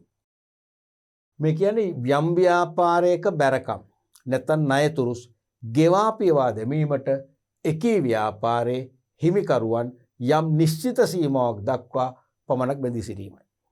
අන්න අපි ඉස්සෙල්ලා පොදුවේ කිව්වනේ වගකීම. ඒ නිර්වචනයම තමයි ළමයි. මේ බලන්න මේ හැම සංකල්පයකම තියෙනවා ආර්ට් එකක්. කලාවක් තියෙනවා. අපි මේ කලාව දකින්නත් ඕන. අපි මේ කලාව දකිනකොට තමයි අපිට මේ විශේෂ සංකල්ප හොඳින් තේරෙන්නේ. පැහැදිලි වෙන්නේ. එතකොට තමයි Tamanට අවබෝධයක් කියන්නේ මට ඉගෙන ගන්න පුළුවන්. මම ඉගෙන ගන්නවා. මට විෂය පුළුවන් කියන හැඟීමෙන් එතකොටනේ. ඒ කලාව පේන්නේ නැත්නම් මේ සංකල්ප ඇතුලේ ගලාගෙන යන ආර්ට් එක පේන්නේ නැත්නම් අපිට විෂය අමාරු පිටින් මතකෙට ඉන්නේ. මට මේක තේරුන්නේ නැහැ. බාගට තේරුන්නේ නැහැ. අපැහැදිලි. එහෙම වෙනවනේ. ඒ නිසා මේ විශේෂ සංකල්ප තියෙන ආර්ට් එක හඳුනා ගන්න. මොකද ආර්ට් එක අපි ඉස්සෙල්ලා කිව්වා පොදුවේ වගකීම කිව්වේ කිසියම් ව්‍යාපාරික හිමිකරුවන්ට එම ව්‍යාපාරයේ බැරකම් ගෙවා පියවා දැමීමට ඇතිවන බැඳියාව තමයි පොදුවේ වගකීම කිව්වේ. දැන් කියන එක සීමිත වගකීම. තව වචනයක් එකතු වුණා. මොකද වගකීම සීමිත වගකීමක් වුණා. මොකද ඒ කියන්නේ? ව්‍යාපාරික බැරකම් ගෙවා පියවා දැමීමට ව්‍යාපාර හිමිකරුවන් යම් නිශ්චිත සීමාවක් දක්වා. ඉස්සෙල්ලා සීමාවක් කිව්වේ නෑනේ. බැරකම් පියවීමට ඇතිවන බැඳියාව. දැන් අපි කියනවා නිශ්චිත සීමාවක් දක්වා ඇතිවන බැඳියාව. තේරුණාද? යම් නිශ්චිත සීමාවක් දක්වා පමණයි. ඔච්චරයි. අර නිර්වචනෙම අලුත් ගන්න නෙවෙයි. වගකීමෙදි කිව්වේ බැරකම් පියවීමට හිමිකරුවන්ට ඇතිවන බැඳියාව. දැන් කියන්නේ බැරකම් පියවීමට හිමිකරුවන්ට නිශ්චිත සීමාවක් දක්වා. නිශ්චිත සීමාවක් දක්වා තියෙන බැඳියාව. උදාහරණයක් වශයෙන් සීමිත සමාගම් සීමා සහිත උපකාර වලට මේක බලපෑමක් සීමා රහිත හවුල් ව්‍යාපාර වල බලපාන්නේ. මොකද ඒකේ වගකීම අසීමිතයි. පැහැදිලිනේ? ඔව්. ඒතකොට දරුවනේ මේ සීමිත වගකීමේ තියෙන ප්‍රභේද කීපයක්. දැන් පැහැදිලි අපි දැන් වගකීම තේරුම් ගත්තා. හිමිකරුවන් බැරකම් පියවීමට නිශ්චිත සීමාවක් තෙක් බැඳී සිටීම. ඒකේ සීමිත වගකීම කියන්නේ මොකද්ද? බැරකම් පියවීමට හිමිකරුවෝ නිශ්චිත සීමාවක් දක්වා බැඳී සිටීම. ඒකේ ප්‍රභේද කීපයක් තියෙනවා. අන්න තේරෙන මේක ආර්ට් එක තේරෙනවද? එකක් තමයි කොටසින් සීමිත වගකීම. limited by shares. කොටසින් සීමිත වගකීම. කොටස් ප්‍රාග්ධනයක් සහිත ව්‍යාපාරයක එක්ක සමාගමක හිමිකරුවන් තම ව්‍යාපාරයේ බැරකම් ගෙවා පියවා දැමීම සම්බන්ධයෙන් මිලට ගැනීමට එකඟ වූ කොටස්වල ඒක හයිලයිට්ම කරලා තියෙනවා. මිලදී ගැනීමට එකඟ වූ කොටස්වල ප්‍රකාශිතකයේ දක්වා පමණක් බැඳී සිටීමයි. තේරෙනවද? දැන් සීමිත වගකීමේ ප්‍රභේද මූලික තුනක් තියෙනවා. එකක් තමයි කොටසින් සීමිත වගකීම, අනිත් එක අපේන් සීමිත වගකීම, අනිත් එක ස්කන්ධ ප්‍රාග්ධන සීමිත වගකීම. කොටසින් සීමිත වගකීමේදී වෙන්නේ ව්‍යාපාරයේ බැරකම් ගෙවා පියවා දාන්නට මිලදී ගන්න එකඟ වූ කොටස්වල ප්‍රකාශිතකයේ දක්වා පමණක් අයිතිකරු බෙදෙනවා. දැන් පේන දෙන ආර්ට් එක අපි වගකීමේදී කිව්වේ බැරකම් පියවීමට ඇති බැඳියාව. සීමිත වගකීමේදී කිව්වේ නිශ්චිත සීමාවක් දක්වා ඇති බැඳියාව. කොටසින් සීමිත වගකීමේදී කියන්නේ මොකද්ද? මිලදී ගන්න එකඟ වූ කොටස්වල ප්‍රකාශිතකයේ තෙක් ඇති බැඳියාව. දැන් මේක මෙහෙම පැහැදිලි කරන්න පෙර දැන් මොනවද මේ ප්‍රකාශිතකයේ මොනවද කොටස් තේරෙනවද? නෑ නෑ. අපි එන ඒවත් තේරුම් ගත්තොත් මේක තේරෙන්නේ. අපි උඩ බලමුකෝ. දැන් සමහර ව්‍යාපාර සංවිධාන තියෙනවා ඒවැ ප්‍රාග්ධනයේ කොටස් කරනවා. සමහර ව්‍යාපාර සංවිධාන කොටස් කරන්නේ නැහැ. දැන් තනි පුද්ගලෙක් කියන්නේ මම තනි පුද්ගලයෙක් වශයෙන් ව්‍යාපාර සංවිධානයක් ආරම්භ කරනවා නම් මම ලක්ෂ 10ක් මම ලක්ෂ 10ම දානවා. කැලි කිරිල්ලක් නෑ. හවුල් ව්‍යාපාරයක් කියන්නකෝ දෙන්නෙක් එකතු වෙලා ලක්ෂ 10 බැගින් දානවා. ඒ කියන්නේ විශාල ප්‍රාග්ධන කොටස් වලට බෙදෙනවා. නමුත් සමාගම් විශේෂම සමාගම් සමුපකාර වගේව ගත්තොත් මුළු ප්‍රාග්ධනේ ඊතා කුඩා ඒකක වලට බෙදෙනවා. ඒ ඊතා කුඩා ඒකකයක් අපි නම් කරනවා කොටස් කියලා. සිංහල ඉංග්‍රීසියෙන් කියනවා ෂෙයාර්ස් කියලා. කොටස් තේරෙනවද? අපි තුමු දැන් උදාහරණයක් වශයෙන් රුපියල් දසලක්ෂයක් හිතන්නකෝ. දසලක්ෂයක ප්‍රාග්ධනයක් කඩනවා රුපියල් 10 ඒකක වලට 10 බැගින් නු ඒකක වලට. මෙන්න මේ 10 ඒකකය තමයි මේ 10 ඒකකය තමයි කොටස් කියන්නේ. එහෙමනම් කොටස් ලක්ෂයක් තියෙනවා. තේරුණාද? රුපියල් දසලක්ෂයක ප්‍රාග්ධනය ඉතා කුඩා ඒකක වලට කඩනවා. ඒ ප්‍රාග්ධන ඉතා කුඩා ඒකක වලට කඩලා තමයි මහජනයාගෙන් රැස් කරන්න බලාපොරොත්තු වෙන්නේ. ඒ මහජනයාගෙන් රැස් කර ගැනීමේ අරමුණෙන් ප්‍රාග්ධනයේ කුඩා ඒකක වලට බෙදුවොත් අන්නේ කුඩා ඒකකයක් අපි නම් කරනවා කොටස් කියලා ෂෙයාර්ස් කියලා. එහෙනම් දසලක්ෂයේ 10 කෑලි වලට බෙදුවොත් 10 කෑලි නැත්නම් 10 කොටස් තියෙනවා ලක්ෂයක්.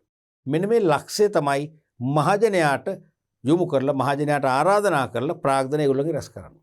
ඒතර මම ගන්න පුළුවන් රුපියල් 10 කොටස් 1000ක්. ඒ කියන්නේ රුපියල් 10000ක් මං සපයනවා. 10000ක අයිතිකරුවෙක් වෙනවා. ඔබලා රුපියල් 10 කොටස් 3500ක් ගන්න පුළුවන්. ඒ කියන්නේ රුපියල් 35000ක ප්‍රාග්ධනයක් සපයලා අයිතිකරුවෙක් වෙනවා. තවත් කෙනෙක් රුපියල් 10 කොටස් 5000ක් ගන්න පුළුවන්. ඒ කියන්නේ රුපියල් 50000ක. තේරෙනවද? අන්න ඒ වගේ මේ කොටස් විකිණීමෙන් තමයි මේ ප්‍රාග්ධනය රැස් කරගන්නේ. මහජනයාට කොටස් විකිණීමෙන් ප්‍රාග්ධනය රැස් කරගන්නා නිසාම වෙන ව්‍යාපාරවල මේ ප්‍රාග්ධනය හඳුන්වන්නේ නිකම් ප්‍රාග්ධනය නෙවෙයි කොටස් ප්‍රාග්ධනය කියලා. මොනවද? කොටස් ප්‍රාග්ධනය කියලා. ෂෙයා කැපිටල් කියලා හඳුන්වනවා. තේරෙනවද? මෙන්න මේ කොටස් වල මේ රුපියල් 10 තියෙන මේ 10ට තමයි අපි ප්‍රකාශිත අගය කියන්නේ. 10ට තමයි ප්‍රකාශිත අගය. ප්‍රකාශිත අගය නැත්නම් stated value කියන්නේ ප්‍රකාශිත අගය නෝකට stated value. හොඳට අහගන්න.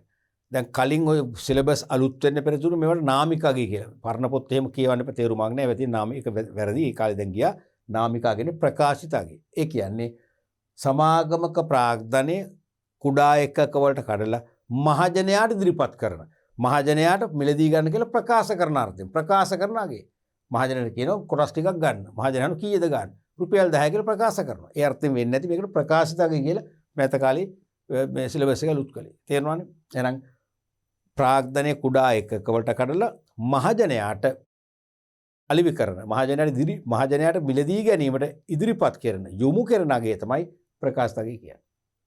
පැහැදිලිනේ? මෙන්න මේ රුපියල් 10 කොටස් අපි හිතමු ඒ කියන තැනත්තා 100ක් ගන්නවා රුපියල් 10 ගානෙම ගන්නවා 10 බැගින් ගන්නවා රුපියල් 10යි. එහෙනම් ප්‍රකාශිත අගය 10යි. කලකට පස්සේ B මේක මෙයා විකුණන Bට විකුණන රුපියල් 15 ගාන 15 ගාන විකුණන 1500ක්. තේරෙනවද? එහෙම පුළුවන් විකුණන්න. මොකද සමාගමක කියන්නකො මේ සමාගම නම් සමාගමේ කොටස් මිලදී අරන් අපි ප්‍රාග්ධනයට දායක වුණාම සාමාන්‍යයෙන් සමාගම් නීතිය අනුව දැන් පවතින සමාගම කෙදිනක හෝ ඈවර කරන තේ කෙදිනක හෝ විසුරු හරන තේ වහලා දානකම්. ඒ කියන්නේ අවුරුදු 50කින් 100කින් ලැබෙන ආත්මය හරිකම විසුරු හරනකම් මේවා අපහු ගෙවන්නේ. ඒක තමයි මෙතනදී ප්‍රශ්නේ. කේස් එක. තේරුණාද? සමාගම ඈවර කරනකම් මේ ඒට රුපියල් 1000 හම්බෙන්නේ නැහැ. හිතන්න දැන් මේ සමාගමේ ඒට හිටිය ඇති කියලා. ඒට ඉවත් වෙන්න කියලා හිතන්නකෝ. ඉවත් වෙන්න යනවා කියලා දෙන්නේ නැහැ. එක දෙයක් තියෙන මොකද්ද? ඒට පුළුවන් මේ සමාගමේ ප්‍රාග්ධනයට දායක වෙන්න බලාපොරොත්තු වෙන අලුත්ෙන් ඉන්න කෙනෙකුට විභව ආයෝජකයෙකුට ඒ ගැති විකුණන්න පුළුවන්. කිසිම බාධාවක් නැහැ ඒකට. ඒ නිසා නම් සමාගමෙන් ලැබෙන්නේ නැහැ නේ. දැන් සමාගමෙන් ඉවත් වෙලා ලංකාවට රට යන්න ඕන කියලා හිතන්නකෝ. එහෙනම් ඒට මේ සල්ලි ගන්න ඕන නම් ඒ බීට විකුණන 10 එකක් 15ට 5ක් ලාභ තියාගන්න 1500ක හරිනේ එහෙම වික්කට සමාගමේ ප්‍රාග්ධනයේ තියෙන අරගානමයි සමාගමේ අර ඒගෙන් සම්පාදනය කරගෙන තියෙන සමාගම රුපියල් 10ක ප්‍රාග්ධනය රැස් කරගෙන තියෙනවා ඒ 10 වෙනස් වෙන්නේ නැහැ නේ තේරෙනවද එහෙනම් මේ රුපියල් 5 ගානේ වැඩිපුර වික්කරේ 5 ලැබෙන්නේ කාටද ඒට සමාගම නෙවෙයි සමාගමේ තියෙන අර රුපියල් 1000ම එහෙනම් ඒ සමාගමේ තියෙන 10 අයිතිය තමයි මෙතන මේ බීට මාරු වෙන්නේ. 10 අයිතිය තමයි බීට මාරු වෙන්නේ. තේරෙනවද? අපි දුම් B විකුණනවා මේක රුපියල් 20 ගානේ Cට. දැන් B අයින් වෙනවා. C අයිතිකරුවෙක් කරනවා 20 ගානේ. ඒත් මොකද වෙන්නේ? සමාගමේ තියෙන රුපියල් 10මයි. එතන රුපියල් 5ක ලාභයක් ලැබෙනවා. ඒ ලාභය යන්නේ කාටද? Bට. තේරෙනවද? ඔය වගේ A Bට විකුණනවා B Cට විකුණනවා C Dට ආදී විකුණන්න පුළුවන්. මෙන්න මේ එකිනෙකාට හෝමාරු වන විකිරණ අගය අපි නම් කරන්නේ මොකද්ද? වෙළඳ අගය කියලා. trade value. මේක stated value මේක trade value. තේරෙනවද? මේ වෙළඳ අගයට කිසි වැදගත්කමක් නැහැ. මේ අපේ මේ සීමිත වගකීම් සංකල්පෙදී වෙළඳ අගය අපිට වැඩක් නැහැ. වැදගත් වෙන්නේ ප්‍රකාශිත අගයයි. හේතුව මොකද්ද? මම රුපියල් 10 කොටස් 100ක් මිලදී ගත්තොත් මම සමාගමට රුපියල් 1000ක ප්‍රාග්ධනයක් යදෙව්වා. මම ඒ කොටස් සහිතේ වෙන කාට හරි විකුණනවා නම් හරිද? විකුණනවා නම් යම් මිලකට ඒ මිල වැඩක් නෑ සමාගමේ තියෙන රුපියල් 10ම තමයි. එහෙනම් මිලදී ගත්තේ ඔබද ඔබට අයිති තියෙන්නේ 10මයි. ඔබෙන් තවත් කෙනෙක් ගන්නවා වැඩි මිලකට එයාට අයිති වෙන්නේ 10මයි. ඒ නිසා සමාගම කෙදිනක හෝ ඈවර කිරීමේදී ආපසු ගෙවන්න බෙදෙලින්නේ කීයද 10මයි. අපි යෙද වූ ප්‍රාග්ධනයේ රුපියල් 10ම තමයි ගෙවන්න බෙදෙලින්නේ. ඒ නිසාම සමාගම බුන්වත් වුණොත් සමාගමේ බැරකම් පියවන්නට අපි බෙදෙන්නේ කීයද? ඒ 18 විතරයි. ඊට එහා අපි බාරගන්නේ. අපේ වගකීම 10න් අතර වෙනවා. තේරුණානේ? රයිට්. එතකොට අපි බලමු මේ කියන කතන්දරේ මොකක්ද කියලා. මේක කියනවා කොටස් ප්‍රාග්ධනයක් සහිත ව්‍යාපාරයක හිමිකරුවන් තම ව්‍යාපාරයේ බැරකම් ගෙවා පියවා දැමීම සම්බන්ධයෙන් මිලදී ගැනීමට එකඟ වූ කොටස්වල ප්‍රකාශිතගේ මිලදී ගැනීමට එකඟ වූ කොටස්වල ප්‍රකාශිතගේ දක්වා පමණක් බැඳී සිටීම. උදාහරණයක් ගමුකෝ. රුපියල් 10 කොටස් 100ක් 15 බැගින් මිලදීගත් පසු යම් කෙනෙක් නම් කළ නැහැ කවුද කියලා යම් කෙනෙක් සමාගමකින් රුපියල් 10 කොටසක් රුපියල් 15 බැගින් මිලදී ගත්තා. ගත්තට පස්සේ සමාගම බංකොලොත් වෙනවා බුන්වත් වෙනවා. බුන්වත් වීමකදී වගකීමට පත්වන්නේ රුපියල් 1000ක් සඳහායි. හෙවත් ඔහුට උපරිම අහිමි වන වත්කම වන්නේ ආයෝජිත ප්‍රාග්ධනය වූ රුපියල් 1000ක් පමණි. දැන් මේ කියන උදාහරණය ඔබේ ඇඟට ඇතුළු කරගන්නකෝ. රුපියල් 10 කොටස් 100ක් ගත්තේ ඔබ කියලා හිතන මම කියලා හිතන මම ගත්තා 15 ගානේ. කාගෙන් හරි ගත්තා. මීට පෙර කොටස් 100කින් ගත්තා. සමාගමෙන් නෙවෙයි. සමාගමට ප්‍රාග්ධනය සම්පාදනය කළේ අපි හිතමු x කියලා අපි x එකෙන් ගත්තා. හරිද? 10 කොටසක් 15ට ගත්තට වැඩිපුර ගෙවු පහ ගියේ කරද x ට සමාගමට ගියේ නෑ. සමාගමේ තියෙන රුපියල් 10ම තමයි. පැහැදිලිනේ? එවනම් මේ සමාගම බංකොලොත් වෙනවා. ණයතුරු ස්පියවන තියෙනවා. අපි බාර ගන්න ඒව. බාර ගන්නේ කොහොමද? කොටසින් සීමිත වගකීමක් අපේ තියෙන්නේ. ඉන් එහාට අපි බාර ගන්නෑ. එහෙනම් අපි මිලදී ගත්තෝ මිලදී ගැනීමට එකඟ වූ කොටස් කීයද? 100යි. ප්‍රකාශිතයි රුපියල් 10 රුපියල් 10යි. එහෙනම් අපිට අහිමි වෙන්නේ අන්නේ අපි ආයෝජනය කළ කොටස් මිලදී ගන්න ආයෝජනය කළ රුපියල් 10 පමණයි. අපට අහිමි වෙන එකම වත්කම වෙන්නේ එච්චරයි. තව ලක්ෂ ගණන් තියෙන කරන දෙයක් නෑ. අපි පෞද්ගලික සල්ලි ගෙනල්ලා පෞද්ගලික දේපල ගෙනල්ලා ඒවා කැප කරන්න බැදීමක් නෑ. අපේ වගකීම කොටසින් සීමිත කියන එකයි. මිලදී ගත්ත කොටස් වල ප්‍රකාශිතගේ රුපියල් 10යි. ඉන් එහාට අපි බැඳීමක් නෑ. ඉන් එහාට අපි වග කියන්නේ. ඒක තමයි කොටසින් සීමිත වගකීම කියන්නේ. අවදානම අඩුයි ඉතින් තේරෙනවද? අපි මිලදී ගන්න කොටස් වල ප්‍රකාශිතගේ දක්වා අපට අහිමි වෙනවා. ඉන් එහාට අපේ පෞද්ගලික ධනෙ අහිමි වෙන්නේ නෑ. ඊළඟට දෙවෙනි එක තමයි අපෙන් සීමිත වගකීම. limited by guarantee. මේක චුට්ටක් වෙනස්. කොටසින් සීමිත වගකීමට වඩා වගකීම වැඩි වෙනවා. හැබැයි ඒත් සීමාවක් තියෙනවා. අපෙන් සීමිත. මොකද්ද? සමාගමක හිමිකරුවන් මිලටගත් කොටස් වල ප්‍රකාශිතගේ ඉක්මවා එහෙත් සමාගම සමග ගිවිසගත් නැත්නම් අප වූ යම් නිශ්චිත සීමාවක් දක්වා බැරකම් පියවර බැදී සිටීම. හරිද? ප්‍රකාශිතගේ ඉක්ම යනවා මේ. ප්‍රකාශිතගේ ඉක්ම යනවා. ප්‍රකාශිතගේ ඉක්මවා යනවා. ඉක්මවා එහෙත් සමාගම සමග ගිවිසගත්ත නැත්නම් අප වූ සීමාවක් දක්වා මේක තමයි පළවෙනි කතාව.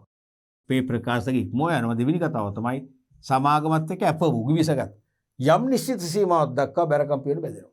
එහෙනම් කොටසින් සීමිත වගකීමට වඩා වගකීම අපි වැඩි. හැබැයි ඒකත් අන්ලිමිටඩ් නෙවෙයි. වැඩි එක්තරා මට්ටමකින් නතර වෙනවා. මොකද්ද මට්ටම? අප වූ සීමාව. ඒ කියන්නේ මම යම්කිසි ප්‍රාග්ධනයකට දායක වෙලා සමාගමත් එක්ක ගිවිස ගන්නවා. හදිස්සිය බුන්වත් වුණොත් බුන්වත් පිරිවේ නැත්නම් නොපියු ණයතුරු ස්පියවන මම මෙච්චර බැඳෙනවා කියලා. දැන් උදාහරණ දෙන්න ගන්නකො. රුපියල් 10 කොටස් 1000ක් අපකාර සමාගමකින් මිලදීගෙන ඇති තරුපති මහතා රුපියල් 15000ක් දක්වා බැරකම් පියවීමට ගිවිසගෙන ඇති විට සමාගමත් එක්ක එකඟ වෙලා තියෙනවා. විට සමාගම විසුරුවා හැරීමකදී බැරකම් පියවීමට අවශ්‍ය වූහොත් කියන්නේ බංකොලොත් වීම නිසා බැරකම් පියවන්න අවශ්‍ය වූහොත් තරුපති මහතා අතිරේක රුපියල් 5000ක් සමාගමට ගෙවිය යුතුයි. දැන් තේරෙනවද? තරුපති කියන්නේ මම රුපියල් 10 කොටස් 1000ක් අරන් තියෙනවා. එනගේ ප්‍රකාශතගේ කීයද නාමිකාගේ රුපියල් 10,000යිනේ. නමුත් මම සමාගමත් එක්ක ගිවිස අරන් තියෙනවා. බංකොලොත් වීමට සමාගම විසුරු හැරීමක් කරන්න වුණොත් බැරකම් තව පියවන්න තියෙනවා. මම 15000ක් දක්වා බාර ගන්නවා. 15000 මම බාර ගන්නවා. එහෙමනම් මම තව කීයක් ගේනවද? හරියට මගේ මුළු ඇපවීම සමාගමත් එක්ක මම විසගත්ත මුළු ණය වලින් මම 15000ක් ගෙවනවා. දැන්ට මම 10000ක් යොදවලා තියෙනවනේ. මම ඊටු 5000 ගේනවා. අනේ කොටසින් සීමිත වගකීමේ 10000 නතර වුණානේ. මෙතන අපි මෙතන නතර වෙන්නේ අප වූ සීමාව 15000යි. එහෙනම් මම තව අමතර 5000ක් ගේනවා. ඊට වඩා ගේන්නේ නැහැ. එහෙනම් ඒකෙත් සීමිත වගකීමම තමයි. පැහැදිලිද? එයන් තුන්වෙනි එක ස්කන්ධ ප්‍රාග්ධන සීමිත වගකීම. limited by equity. කොටස් ප්‍රාග්ධනයක් නොමැති ව්‍යාපාරවල හිමිකරුවන් ව්‍යාපාරයට ආයෝජනය කරනු ලබන ප්‍රාග්ධනයේ වටිනාකම දක්වා පමණක් බැරකම් පියවන බෙදී සිටීම. සමහර ව්‍යාපාර සංවිධානවල කොටස් ප්‍රාග්ධනයක් නැහැ. තේරුණාද? එහෙනම් අපි දාන්නේ අපි කියන්නේ ඒකට ප්‍රාග්ධන ස්කන්ධයක්. දැන් මම රුපියල් ලක්ෂ 5ක් යොදවනවා. තව කෙනෙක් 10ක්. තව කෙනෙක් ලක්ෂ 25ක්. ඒතකොට කුඩා එකක නෙවෙයිනේ. තේරෙනවද? විශාල ඒකක. දැන් ස්කන්ධයක් කියන්නේ විශාල එකක් කියන එකනේ. ස්කන්ධය කියන්නේ කුට්ටි. විශාල ඒකකයක් කියන එකනේ. එහෙනම් ඒකයි මේක අපි නම් කරන්නේ ස්කන්ධ ප්‍රාග්ධන සීමිත වගකීම. එහෙනම් කොටස් ප්‍රාග්ධනයක් නැති ව්‍යාපාරවල හිමිකරුවෝ ව්‍යාපාරයට ආයෝජනය කරන ප්‍රාග්ධනයේ වටිනාකම. ප්‍රාග්ධනයේ වටිනාකම කියන්නේ ස්කන්ධය. දක්වා පමණ බැරකම් පියවන බෙදී සිටීම. හිතන්න A සහ B A රුපියල් ලක්ෂයයි B රුපියල් 2,50,000යි. ප්‍රාග්ධනීය දුව කියලා හිතන්නකෝ. හවුල් ව්‍යාපාරයකට. තේරුණාද? මේක සීමා සහිත හවුල් ව්‍යාපාරයක් කියලා හිතන්නකෝ. මේ ව්‍යාපාරේ බංකොලොත් තුනක්. ණය තියෙන ලක්ෂ ගණනක් ගෙවන්න. එහෙනම් මෙයාගේ වගකීම ලක්ෂයක් විතරයි. ඒ කියන්නේ මෙයාට එයා යෙදූ ප්‍රාග්ධන ලක්ෂය ආපහු ලැබෙන්නේ අර ණය පියවන හිලව් කරගන්නවා. එහෙනම් මෙයාට අහිමි වෙන ලක්ෂ විතරයි. අන්න ස්කන්ධ ප්‍රාග්ධන සීමිත වගකීම. මෙයා 2,50,000ක් යෙදුවා. ඒක එයාට ආපසු ලැබෙන්න ඕනේ. දැන් සමාගම ඈවර කරනවා වහනවා. නමුත් වහද්දි ණය තියෙනවා පියවන්න. බැරකම් තියෙනවා. එහෙනම් මෙයාට මේ ලැබෙන්න තියෙන 2,50,000කට හිලව් කරනවා. වෙන සල්ලි හම්බෙන්නේ නැහැ. හැබැයි මෙයා තව සල්ලි ගෙවන්නෙත් නැහැ. තේරුණාද? ඒක තමයි ස්කන්ධ ප්‍රාග්ධන සීමිත වගකීම කියන්නේ. ඔච්චරයි.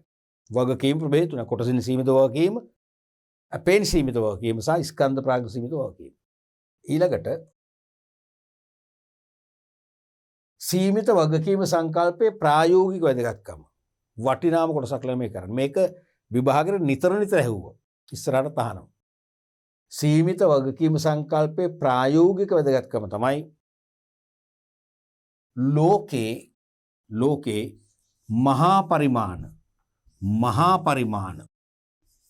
මහා පරිමාණ ව්‍යාපාර වලට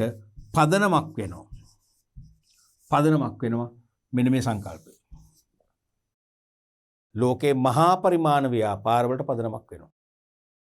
මේ නිසා ආයෝජකයන්ගේ අවදානම අඩු වෙනවා.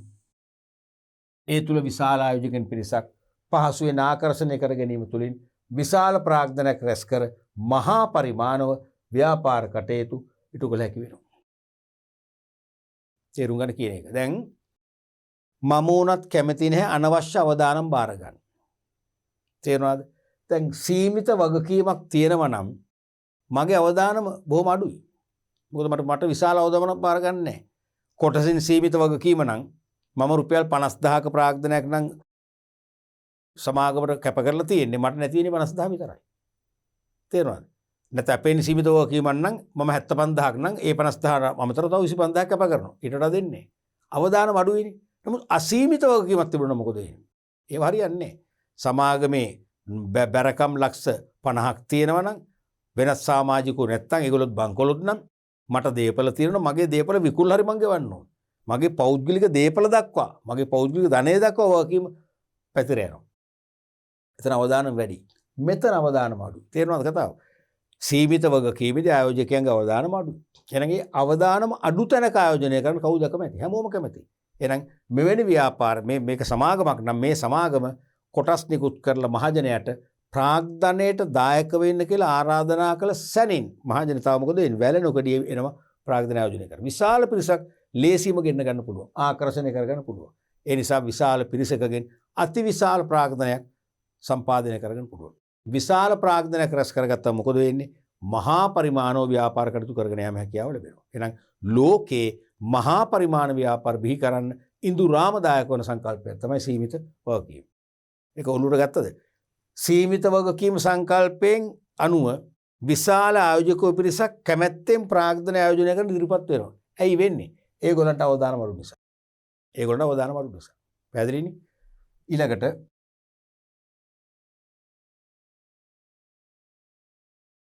අපි වගකීමේ පළවෙනි ප්‍රභේදයේ සීමිත වගකීම කිව්වේ. දෙවෙනි ප්‍රභේදය තමයි සීමා රහිත වගකීම නැත්නම් අසීමිත වගකීම. unlimited liability. සීමිත වගකීමේ විරුද්ධ පැත්ත. මොකද්ද? ව්‍යාපාරක බැරකම් පියවීමට එහි හිමිකරුවන් සීමා රහිතව බැඳී සිටිනවා. නැත්නම් තමන්ගේ පෞද්ගලික ධනය පවා කැප කර, පෞද්ගලික දේපල හෝ කැප කර බැරකම් පියවන බැඳියාවක් තියෙනවා නම් ඒක තමයි අසීමිත වගකීම. සීමාවක් නැහැ. දැන් මම තවත් කෙනෙක් එක්ක අවුල් ව්‍යාපාරයක් කරගෙන ගියා වගකීම සීමිත ව්‍යාපාරේ බංකොලොත් වුණා ලක්ෂ 50ක් ණය තියෙනවා. මගේ අනිත් පාර්ට්නර්ත් බංකොලොත්. යාට සල්පත්කම් නැහැ. මම මගේ ඉඩම් දුකුල්ල හරි මං අරන් ගෙවන්න ඕන. අසීමිත වගකීම කියන්නේ ඒකයි. තේරුණාද? ව්‍යාපාරවල හිමිකරුවන් එකී ව්‍යාපාරවල බැරකම් යම් නිශ්චිත සීමාවක් රහිතව එනම් පෞද්ගලික දේපල වලින් හෝ පියවීමට බැඳී සිටීම නැත්නම් රතු සිටීම.